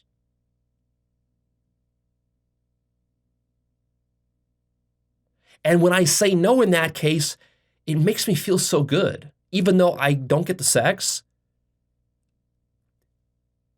I'm not going to say it's as pleasurable as sex. Saying no is not going to be as pleasurable as sex, but you can kind of trick your own mind. Again, it's like reprogramming your mental palette such that the saying no, the integrity, maintaining your integrity in that case,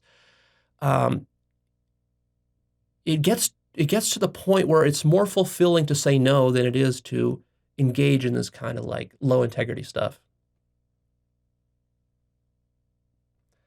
That's the kind of place you want to train yourself to get to. That's not easy to do. But you can work on it. You can practice it. There's a joy that you can get from staying on purpose and on track with your life purpose. But for that, first you got to discover what your life purpose is, for which you should see my life purpose course. You can connect with the joy of optimizing your health. Just sit down. There's a joy that can come if you just sit down for the next hour with a notebook and you start ask yourself the question at the top of the page, right? How can I optimize my health in every possible little way? And then make a list of all the possible ways you can optimize your health. Just by generating that list, already you'll experience some level of joy. But then when you start executing all those, week after week, it could be little things. One way I could optimize my health is, buy better shampoo, the more expensive organic kind, rather than the cheap toxic chemical kind. That's one way. Another way is that I could, do more juicing rather than just eating processed foods. So that's another way. Another way might be to optimize my health is to, do a little jog in the morning, or just go for a walk in the evening after my work is done. That could be a little extra, optimization for my health. Another way might be to get more purified water. Like maybe the water I'm drinking right now isn't the highest quality. Maybe I can install some, better water filters. That will optimize my long-term health. Because, you're drinking that water every day, gallons of it every day for years, for decades. So it all adds up. Maybe another way to optimize your health is do some chelation, heavy metal detox. I have an episode about how to do heavy metal detox. Go check that out. Maybe another way to optimize your health is to read some books about nutrition or about fitness, or maybe install a home gym or something like that. Invest in a home gym. That might be a way to do it. Join a yoga class. That might be another way to do it, right? So you make a list, and then as you do each one of those, you're not going to do them all at once. This could take you years to do them all. But as you check each one off and do it, this gives you joy. See, if you were living a fulfilling life, this is the kind of shit you would be doing. This is healthy living. And you would get to such a point, imagine doing this for 10, 20 years, so consistently that eventually you reach a point where you're not even lured in by things like donuts and pizza and beer and alcohol and other kind of stupid shit like this. You're too busy optimizing your life and your health and honoring consciousness and connecting with you're too busy doing that to care about this shallow, petty shit, right? So what you're doing is you're replacing the shallow pleasures of life with the deep joys of life.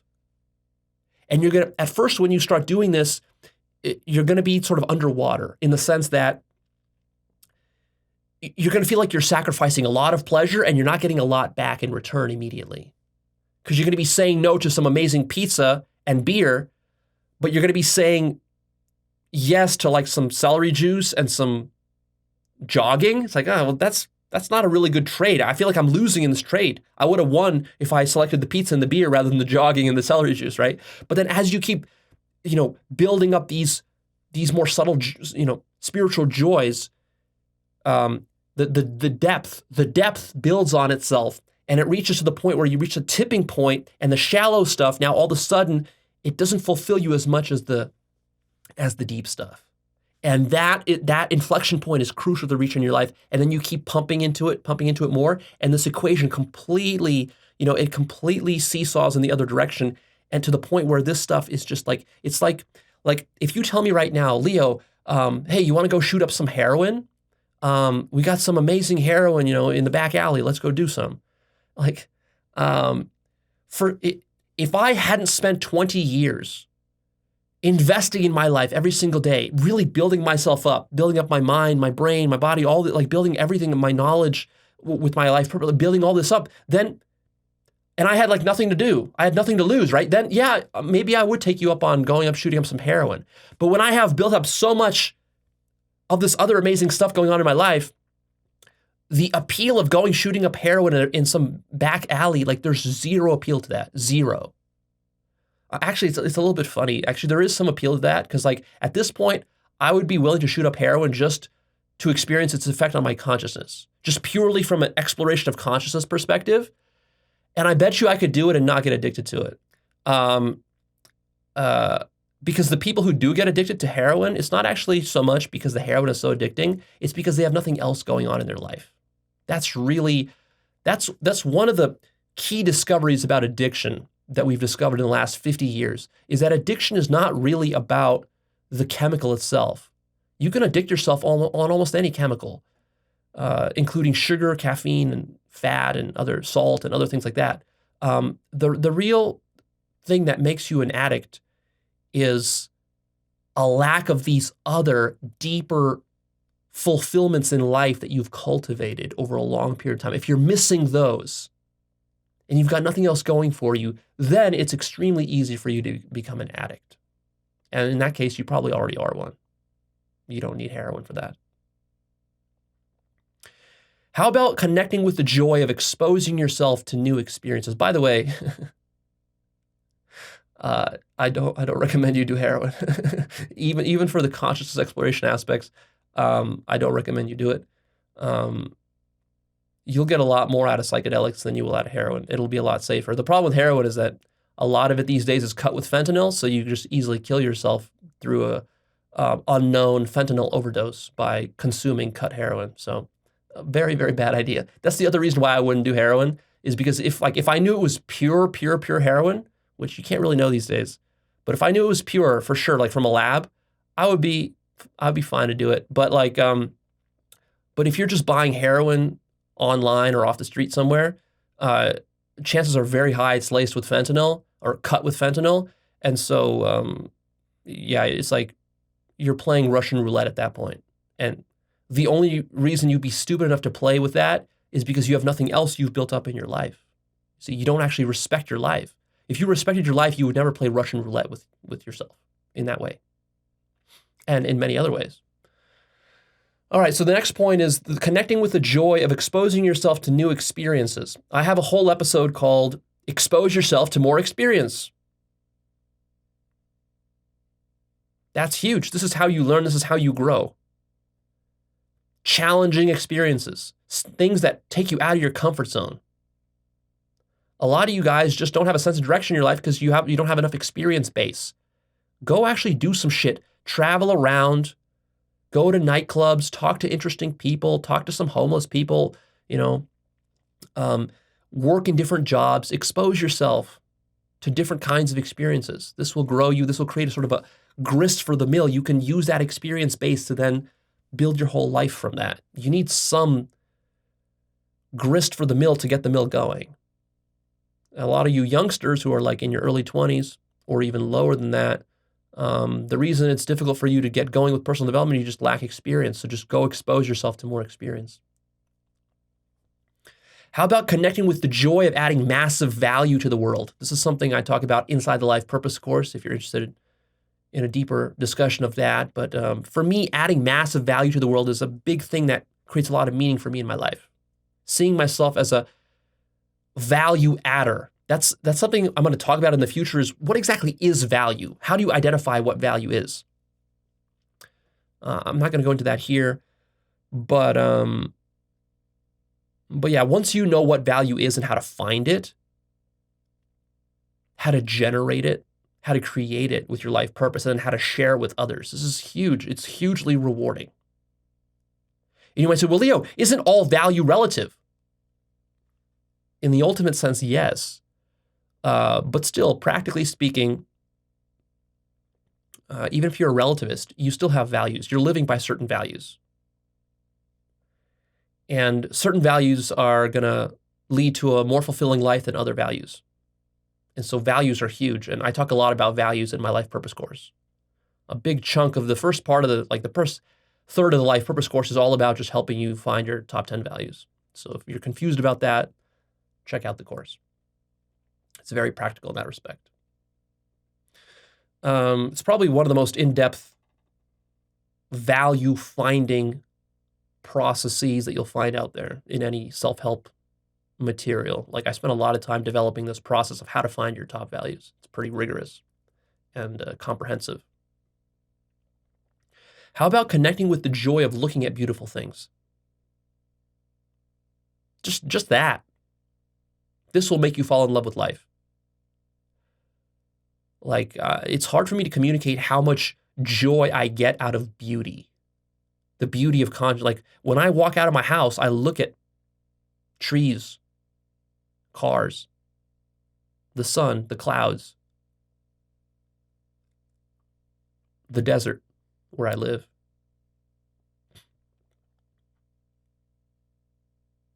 Even my own body, when I look at my own body, I just get joy out of looking at the beauty of my own body. And I'm not a particularly like handsome Chad here by human standards, but by absolute standards, my body is a work of art. I can connect with that.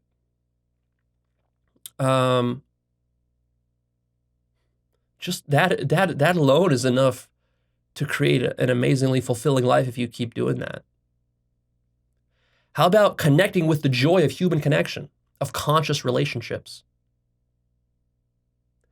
How about you set a intention for yourself not to just do these shallow, comfortable, toxic relationships that you've been doing just for, your own selfish pleasure. But how about you do conscious relationship? How about you master conscious relationship in your life? How's that for a purpose to pursue? That would be really fulfilling and meaningful. Now, as to how to actually do that, well, it's a deep topic. I'll have a video on conscious relationships coming soon, but hey, I mean, you can start on that.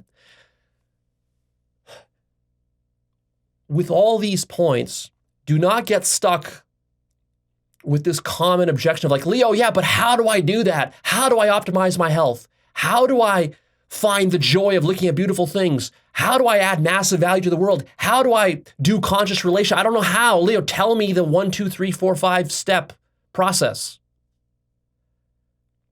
I've mentioned elsewhere that it doesn't matter if you don't know how. What matters is that you know what you want. If any of these things that I'm talking about is sounding appealing to you and it gets you inspired and it lights a fire under your ass and it wakes you up in the morning thinking about it and it makes you giddy inside and excited and you're fascinated by this subject or whatever, that's enough. That's all you need. That will automatically generate all the action steps coming in the future. You don't need to know all the action steps to begin. You don't need to know how to do conscious relationship. Just the idea of conscious relationship, if you're like, oh yeah, that sounds cool to me, great, that's enough. You can wake up tomorrow and go to Google and type in conscious relationship and look for fucking books on that shit. Or you can just sit down, even more fundamental than that, sit down with a piece of paper and say, rather than waiting for Leo to tell you how to do a conscious relationship, how about you sit down for the next hour with a notebook and you, at the top of the page, you write, how do I practice conscious relationships? And then you make a list of 100 things you could do. The answers are inside of you. You're just too lazy to sit down and extract them. You're waiting for me to just like spoon feed you this shit, which is really in itself not healthy. How about the joy of conscious leadership? That's another topic I'll be covering soon, is conscious leadership. But there's a lot of joy and meaning you can get out of that. And what's cool about these topics like conscious relationship or conscious leadership, for example, is that there's so much depth to these things. You could spend the next 20 years learning about conscious relationships, mastering that, learning about conscious leadership and mastering that. Think about how fulfilling that would be, how meaningful that would be. How about the joy of simply becoming more selfless and loving? We've talked about that as basically being the purpose of life. I've said that many times already throughout my videos. Why don't you make that your life purpose? To become more selfless and more loving. I mean, that right there is enough to create deep meaning and a deep love for your own life. And in general, just how about the joy of a life well lived? In the end, that's what we're really talking about. And look, there's no right or wrong here in the sense of like, I'm telling you what to do, or I'm trying to impose some of my definitions of a good life on you. It's just like whatever you yourself decide is necessary to consider your life well lived is what you should be doing, whatever that is. Now, there's more wise ways and more foolish ways to go about that. If you think that a life well lived means $1 billion in your bank account on your deathbed, I mean, by all means, pursue that if you must, but also recognize that that's pretty foolish, pretty limited. If you don't recognize that now, at some point you will, maybe on your deathbed. You'll realize why I say that's limited. The things that I've generally outlined for you here, these things are rather unlimited. These are things you can pursue. They're healthy things. They're things you can spend years and decades trying to master, and they will pay dividends in your life, and you will get a lot of fulfillment out of pursuing them. But also notice that these are subtle, mature joys. These are not peak, raw pleasure states.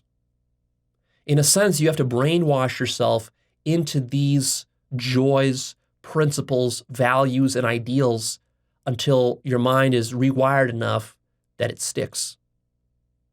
And no one will do this work for you. No one will tell you to do this. except me and maybe a few other people out there who are teaching this kind of stuff. But generally speaking, nobody in society or in culture is going to tell you to do this.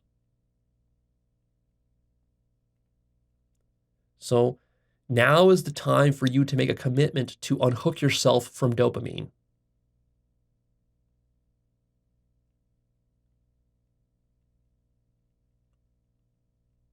And from chasing petty human bullshit. Now is the time for you to commit to living a sober life. And really, everything I've been talking about here, we could summarize as the joy of sober living.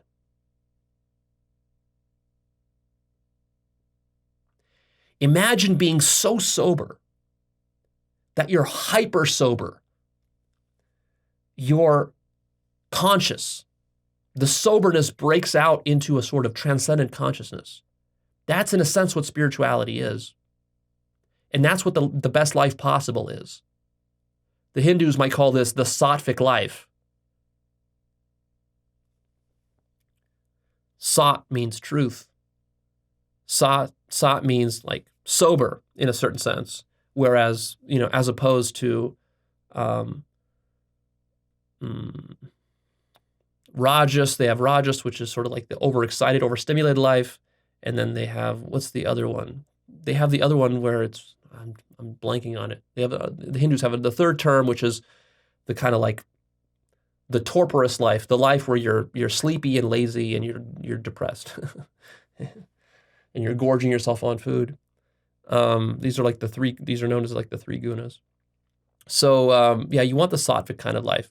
Now you might say, well, Leo, but you're talking about, like, what do you mean sober? You're talking about psychedelics and stuff. That's not sober. That's not a sober life. Actually, the use of psychedelics that I'm talking about, in the way that I use them, it is a sober life. So the notion of sobriety here, our cultural idea of sobriety is kind of messed up. It's not quite right. Sober means that you're really, what does sober mean? Sober means truthful, really. Sat, truth. Sattva. Sober means you're living in truth and you are saying no to all the petty human bullshit. You're saying no to all the addictions, to all the unhealthy, all the toxic stuff.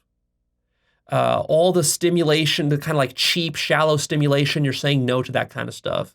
To the cheap, shallow entertainment, the cheap, shallow sex, the cheap, shallow food. You're saying no to all that stuff, and you're basically building up a healthy, kind of like very solid life based on principles, based on holistic integrity, based on health. That's really what is meant by sober here. And then psychedelics actually amplify that, right? So it's not about never putting a chemical into your brain. That's not the thing. And if you can use psychedelics in an addicted way. A lot of people use weed this way. So that would not be a sober life. Like if you're constantly high on weed and stoned all the time and, lazy on the couch, that would not be a sober life.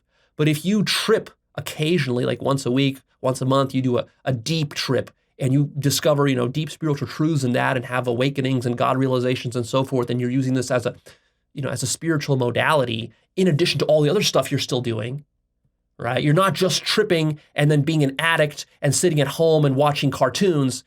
That's not what I'm talking about. I'm talking about executing on all the other shit you got to execute on top of doing your trips and handling your hard trips and integrating those and then still doing manual spiritual practices. And then just beyond spiritual practices, you're just executing on your life purpose and all that.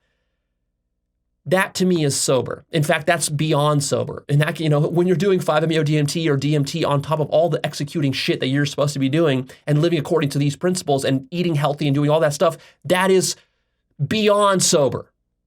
Hyper sober life. That's what that is. And that's what I recommend for you. Now, again, to build up this hyper sober life, you have to really change your palate.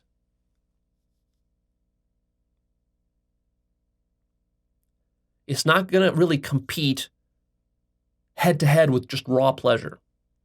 And it requires building momentum. Months and years of building momentum.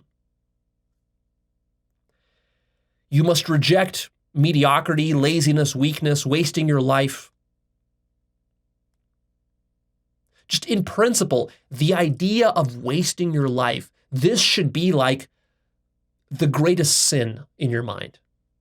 This, I don't know of a higher sin, of a greater sin that you can do to God than to basically when you're wasting your life by being lazy, weak, complaining, bitching, moaning, trolling, living in mediocrity, just kind of going with the path of least resistance, doing what everybody else is doing, watching a bunch of TV and wasting a bunch of your time on social media, chasing pleasure, getting drunk. This is like you're spitting in the face of God. That's essentially what you're doing when you're living that way. You're completely wasting the potential that you've been given. You're completely disrespecting the miracle of consciousness around you. It's not that you can offend God. You can't offend God. But what you can do that in a certain sense is like stabbing God in the heart is to overlook the miracle that is your life and to take it for granted. There's so much beauty in that. There's so much profundity in your life. There's infinite beauty, infinite variety, infinite creativity, infinite intelligence went into constructing this life for you. And what do you do with it? You sit around and you watch fucking Netflix and dick around online with your friends. And you sit back and you complain and you bitch and you moan and you criticize and you come up with fucking conspiracy theories and you get lost in those. And you pretend like you're doing spirituality, but you don't actually fucking execute. And you're not willing to work for anything in your life. This is the greatest sin. And you're going to pay for that. Not because God is going to punish you, but see, you are God. And when you overlook your own spirit, that is the punishment. It's not that God is punishing you for being bad. It's that you are punishing yourself for being blind to the infinite love and beauty that is all around you. You get that? So instead, choose to face challenges consciously in your life, head on. Choose your challenges. Choose your sacrifice. What are you willing to sacrifice to construct a beautiful life? Ask yourself that. What kind of life is worth sacrificing for? If you're saying, Leo, I don't want to sacrifice anything, that's because you don't have a vision of a grand enough life that is worth any kind of sacrifice.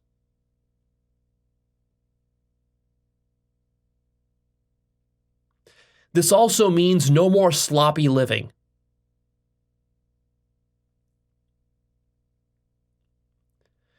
This means living according to what's called the principle of right actions. This is something I learned from Owen Cook. I like this concept of principle of right action. Look, you know what the right action is in most situations. Most days, you know what you need to be doing. And if you don't know, it's not that hard to sit down and to figure it out with a notebook. You can figure it out in a couple of days, what the right actions are for you for the next year or 2 or 5. But then the problem is that you don't do the right actions. You're not principled enough to do them. You're not disciplined enough to do them. You haven't built up the momentum or the consistency. And you haven't programmed your mind with enough of a compelling vision and reason for why you should be living according to the principle of right action. So you got to get all those pieces together. And then when you're living on and executing on the principle of right action, that's when you're going to feel at your best. Now you might say, well, but Leo, how do I begin doing all this? Let's say I'm stuck in a rut. What do I do? Step number 1 is you decide that you want to do this.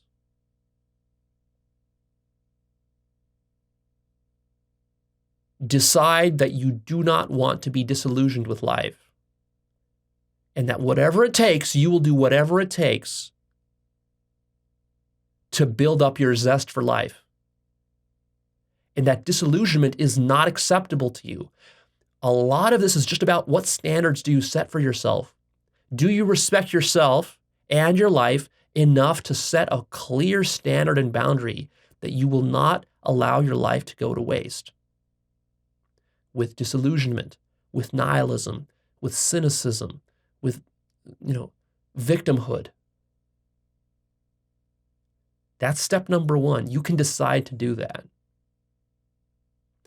And then step number two is to start taking action every single day. And again, here you're going to say, but Leo, I don't know what actions to take. I don't know how to do this. Again, it doesn't really matter. You can sit down with a notebook. At the top of page of the notebook, you can, write something like,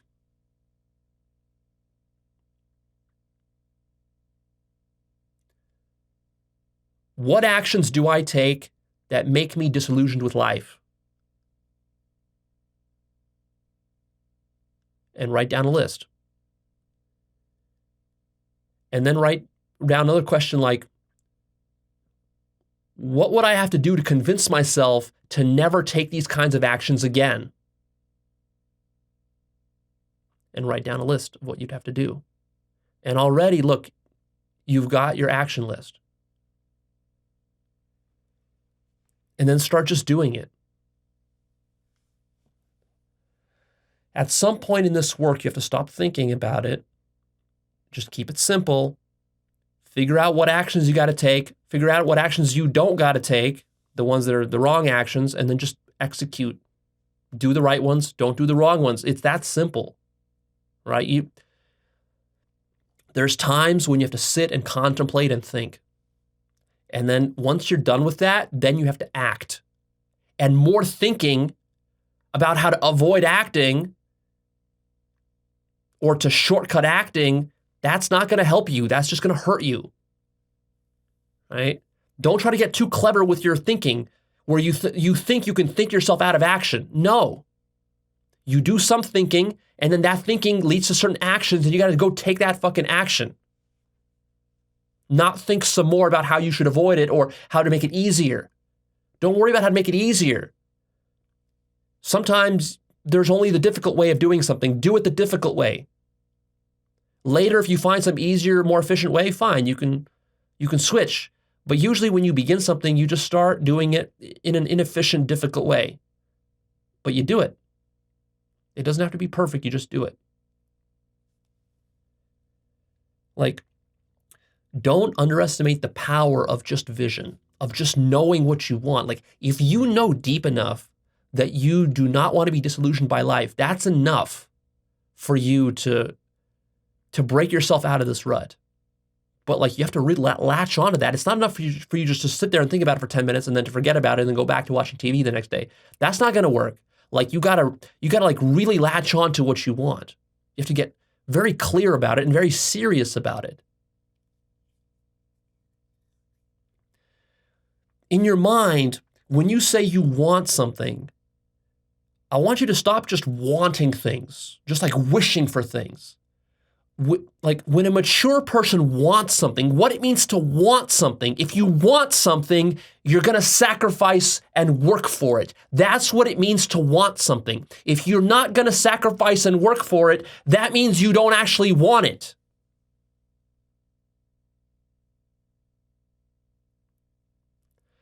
For example, you guys, a lot of you guys, like, do you want sex? Do you want a girlfriend? Every guy will say yes. But then it's like, are you willing to work for 6 months, going out 3 nights a week for 4 hours a night, approaching 20 girls a night, flirting, getting better at social skills, going on dates? Are you willing to do that? And are you willing to fail for 6 months straight until eventually you get your girlfriend and get your sex? Do you want that? That's the real question. The real question isn't whether you want sex or not. The real question is, do you want to go through the process to get it? That's the real question. And if you don't want that, then you're not going to get your sex, nor do you deserve it.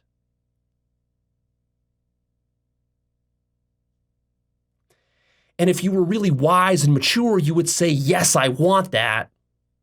I don't mind investing the next 6 months doing that, because not only am I going to get the sex and the girlfriend from that, but I'm going to get something even better, which is all of the growth, the learning, all of the challenge, all of the self-reflection that I will have to do, all of the facing of my own fears and overcoming my own weaknesses, all of that. I'm going to make myself a strong man in the next 6 months through this process.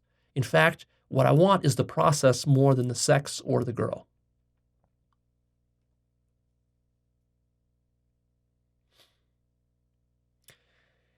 And even more than that, I want to enjoy that process. And in fact, that's what the joy of life is. The joy of life is not getting the girl or getting the sex. The joy of life is that process of me undertaking some challenge, exposing myself to a lot of experience, going through this adventure, this roller coaster ride, getting pummeled some nights, getting pummeled, doubting myself, struggling through it, but figuring it out, finding friends and resources along the way, learning and enjoying that and being conscious of it and seeing it as my own evolution and growth. That is, in fact, what life is supposed to be.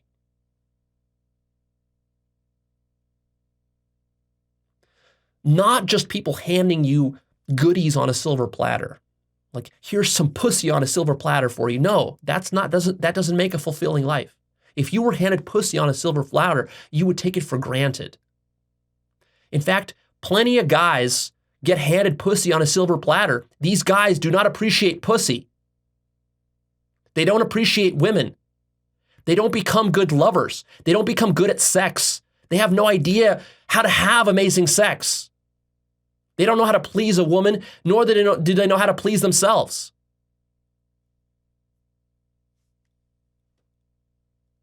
So don't be jealous or envious of people who get it easy. People who get it easy, people who get things handed to them, whether it's money, a business, sex, maybe they're just born with great genetics, great health, great physical appearance, great hair, whatever it is, pretty eyes, don't be too jealous of these people. People who have life too easy, they come out weak in the end. They're not really tested. They're not really challenged. And they're not going to be deep people. For example, a lot of the most attractive women, they're not known for being the deepest people in the world. Why is that? Because when you're a very physically attractive woman, all of your value is sort of on the outside. People judge you by what's on the outside.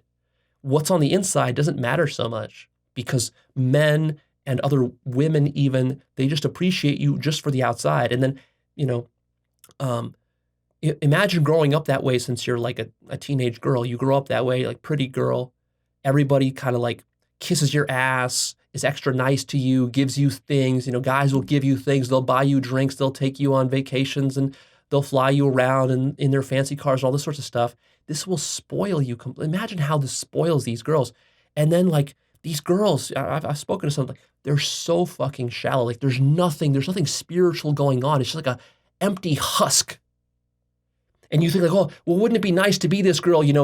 Everybody is kissing her ass on Instagram, and then everybody at the club wants to get with her, and she gets easily. It's like, Leo, but girls have it so easy to get sex. She gets sex whenever she wants. She has it so easy. And us as guys, we have to struggle. Leo, me as a short guy, as a bald guy, as a fat guy, as an ugly guy, as an incel, I got to struggle so hard to get sex. Yeah, but you see, she doesn't appreciate the sex. You appreciate the sex because of how hard you have to work for it. And then who you become in the process is really the gold. So don't be envious of these kinds of people who have it too easy. They don't appreciate what they got. You will only appreciate the things in life that you work your ass off for, that you bleed for, that you cry for, that you sacrifice for, that you kill parts of your ego for. That's what you're going to appreciate in life. And that's what other people will appreciate the most about you. People who are deep. Now, people who are shallow, they'll appreciate, of course, some of the shallow goodies, like the sex you can offer them and the money and whatever else, the social status. But the deep people, what they'll really appreciate in you is really the challenge you went through to become who you became. And they will have no idea the kind of shit you struggled through to get to where you got to. They'll just assume you were born that way. But what will really tickle you inside is when they just assume that you're this amazing person, you were just born lucky, and then deep down inside how hard you had to fucking work to become that way.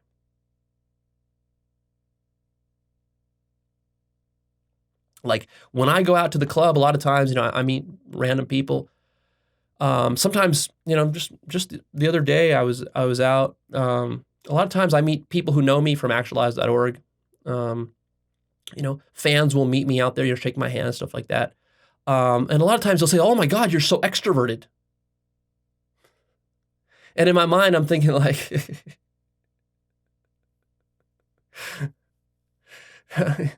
you have no fucking idea what I had to go through to make myself seem this extroverted, right? This is like years of fucking grinding through, going out, doing shit that I fucking hated doing to make myself seem this kind of extroverted and charismatic. It's like you had no fucking idea how shy I was.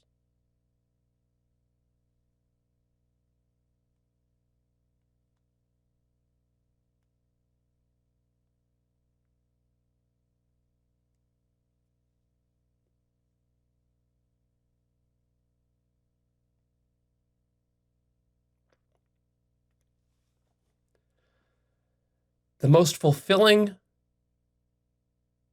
aspect of life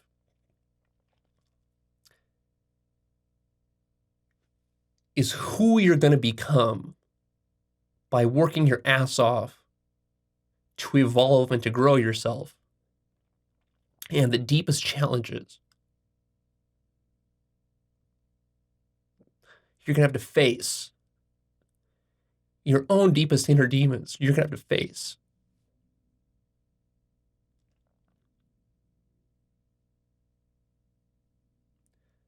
To actualize your full potential. That's what makes life meaningful and fulfilling. Taking on that challenge willingly and joyfully.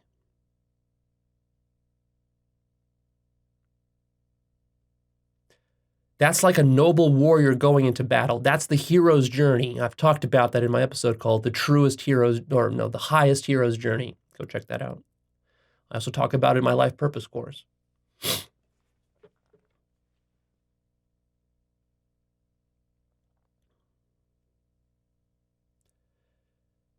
Life is like a game.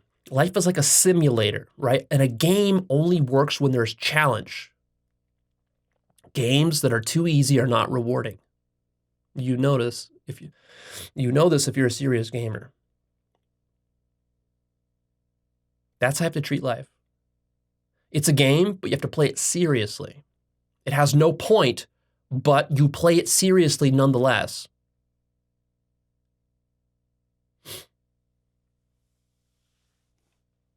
So if you're sick of being stuck in a rut, of being addicted, of being miserable, of being depressed and nihilistic and cynical, then here's your new vision. Your new vision is living a sober, disciplined, on-purpose life. Building a life that you're proud of. Whatever that is, you get to define it. That's part of the beauty here. You're defining what life you want, and then you're constructing it, and that's where the joy comes from.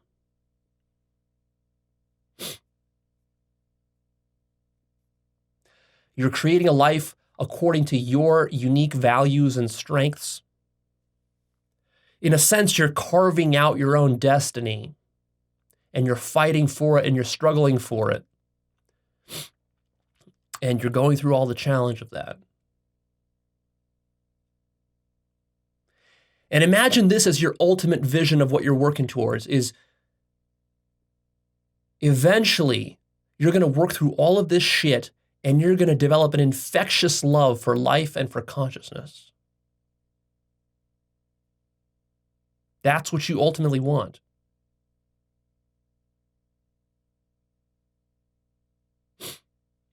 What is stopping you from doing that? What is stopping you from creating that? You might say, oh, Leo, but I don't know. Yeah, I would like to have an infectious love for life and consciousness, but I just don't know what to do. It doesn't fucking matter that you don't know what to do. What matters is, what do you want? If you want something bad enough, you will figure out how to create it. Not in one day or in 1 week. This is a long process. And there's a lot of research that you'll be doing, right? When you say, I don't know how to do something, all that means is you just got to do some research. And today in the internet age, with all the access to books and to podcasts and videos and this and that, like courses that are available online, figuring out how to do something is trivial in many cases. You can Google how to do anything and you'll find leads that will point you in the right direction. You can find people you can ask.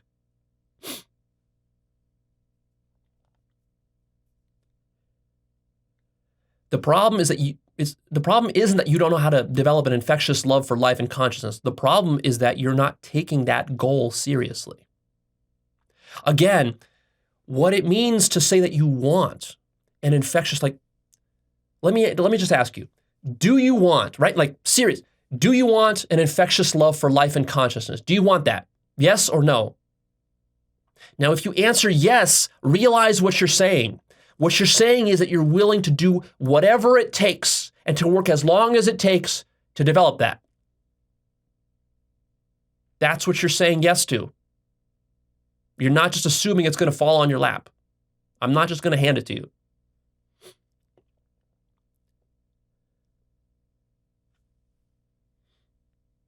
So really what you got to do is you got to get leverage on yourself and really commit to doing the work and seeing the value in something like developing an infectious love for life and consciousness. And then as long as your mind gets fully bought into that and you program yourself with that vision, the rest is, you're almost half done at that point. The rest is just follow through.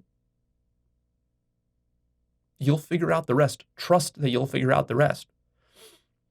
You don't need me to give you a 10-step formula for how to do it.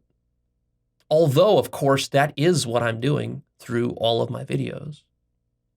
It's a large project. So a lot of times I'll talk about some topic in a video and it's not explicitly clear that what this topic is about is really helping you to develop an infectious love for life and consciousness. But that is what I'm trying to teach you, just indirectly. That's what the whole channel is about here. But we have to break it down to little pieces. Sometimes it's broken down so much that you lose sight of the forest for the trees. So now we're showing you the forest. Look, you're going to be dead soon. Life goes by very fast. Start now. Stop waiting. There's nothing to wait for. Start now. You can start now. Even if you're stuck in a rut, you can start now. You start with baby steps. And the beauty of it is that as soon as you start, even with baby steps, you start to feel better. You don't need the end result to feel better. You will feel better as you start taking action. And the more consistently you take the action, the more momentum you build, the less you slack off, the more engaged and excited you're going to get, and the better you're going to start to feel. And it's going to start to snowball for you.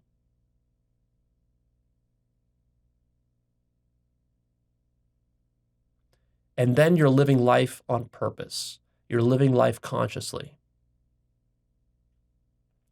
Now, a lot of what I talk about with Actualized.org is deconstructing your reality. I've mentioned that concept quite a lot in past episodes. And that is what we're doing at sort of the deep metaphysical, epistemological level. But always keep in mind that this deconstruction of reality project, there's a lot of ways it can go sideways. There's a lot of traps involved with it. I've talked about that as well. There's a lot of ways you can kind of the ego can weaponize it and distort it and use it for spiritual bypassing, other sorts of, tricks like this. And so just as a simple rule of thumb, how do you know you're doing it properly? If you're deconstructing reality,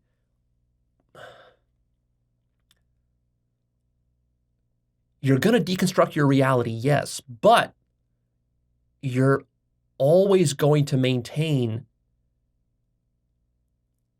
that zest and joy for consciousness and living on purpose with passion.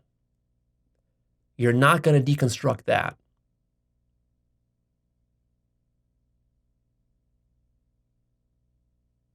Now, of course, you can try to deconstruct that.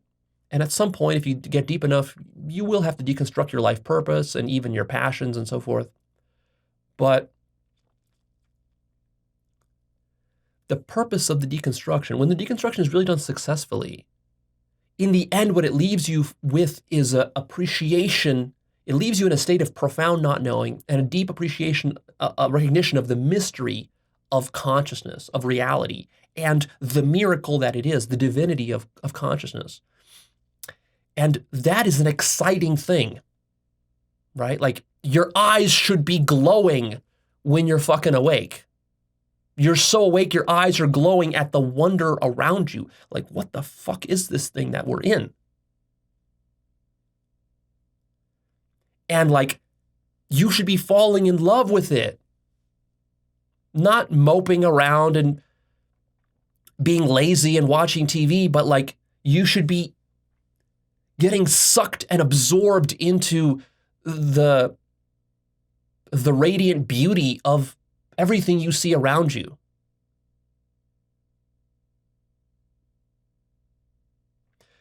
What you're deconstructing, a lot of what you're deconstructing is like the mental baggage, the concepts, the social conditioning you got from society, the religion, science, all this sorts of crap, political ideologies, even new agey ideas. Like, you're gonna, in the end, you're trying to clear everything so that you're just left with like raw consciousness, right? As raw as you can get it.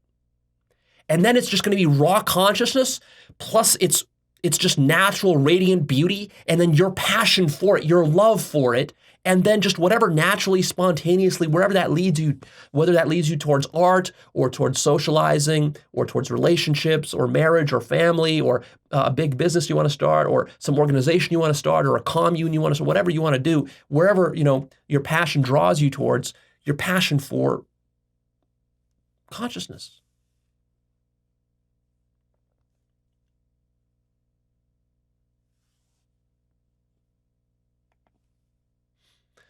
All right, that's it.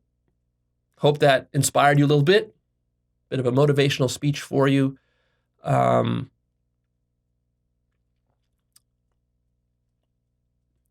problem I see is that a lot of the things that I've been teaching over the last few years have been very advanced.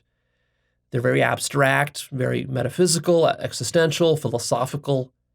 And a lot of you guys just need to work on your basic execution and basic self-help. I want to remind you that you make sure to handle the basics. I don't cover as much of the basics in technical detail as many of you need. So go and find those channels, books, courses, resources, podcasts, whatever, which will cover some of the basics here. My focus is on the deepest aspects, right? Like, what I can help you with, my forte is to help you to literally understand reality at levels that no human being understands reality at. I can help you with that. That's my specialty. But for me to be able to do that, you got to be ready. Like, you got to have the basics fucking down, right? Like, before we can launch you into outer space, you got to like learn how to just like live on Earth, on planet Earth. And a lot of you guys just haven't, first of all, you're just too young. A lot of you guys are very, very young, or plenty of you have mental disorders, mental dysfunctions, stuff like that, or traumas from your childhood, whatever, lack of education, lack of development, whatever happened for you, you got to handle that shit. And I'm not going to don't expect me to cover every topic you need to help you to cover all those basics.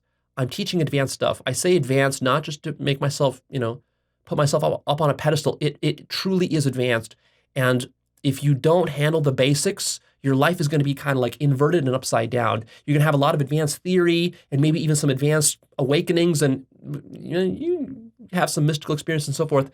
You're going to do some of the advanced stuff, but then you're going to be missing all of like the basic stuff, which is necessary for just a functional life. You're going to be especially missing on like that execution and a lot of like the basic joys, some of the healthy habits. Like you got to install those.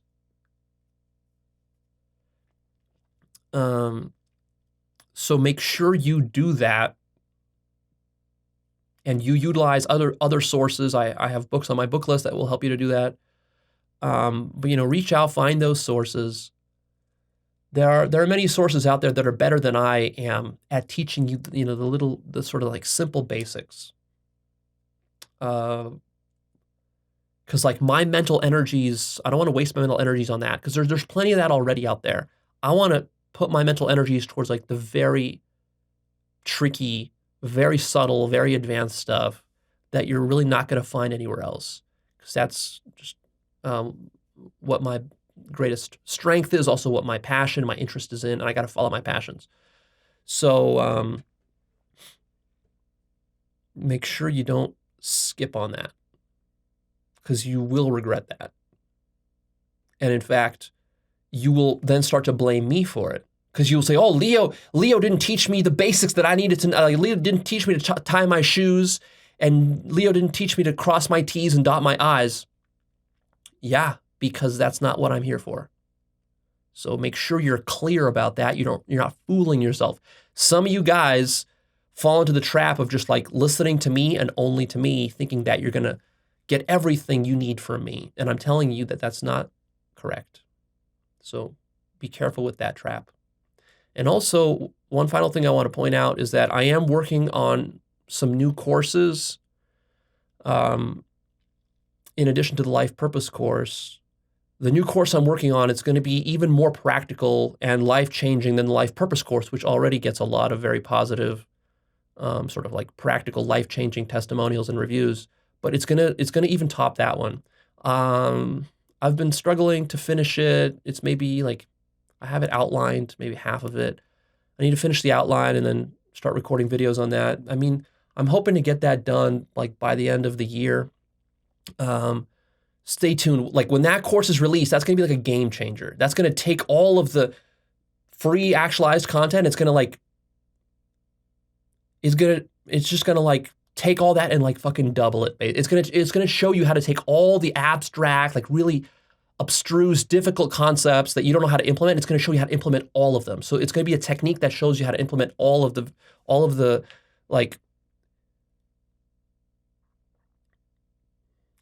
abstract stuff that you have no methods for how to implement. It'll show you how to do that. So if you're interested in that, make sure you subscribe, stay tuned, and I'll notify everyone when the course is available, but I'm not going to rush it. I'm only going to release it when I'm happy with its quality and that it, fulfills on this kind of objective that I have for like providing a lot of value. And it's going to be like a very practical course. It's not just going to be focused on the woo-woo, new agey stuff. It's going to be focused on like very, very practical stuff that's going to help you just to get, I wouldn't say the very basics, but sort of like the intermediate basics. Because like the super, super basic stuff, you can get that elsewhere. But like it'll show you how to get like a lot of like the intermediate basics down. And then from that point on, like a lot of the stuff that I'll be teaching after that is just like very, very deep, profound, existential stuff. And so in this way, we're going to kind of like bridge the gap. But make sure before we get to like the mid basics, get like the very low basics down. Like,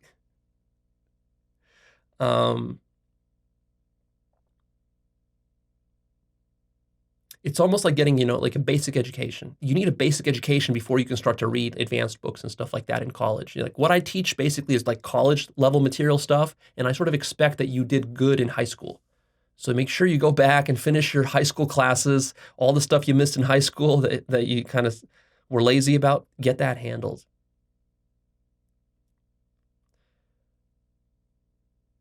Get your survival needs handled.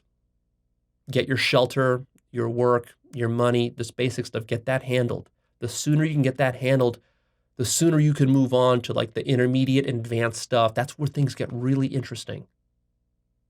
But again, like with much of life, like before you can have your dessert, you got to like eat your vegetables.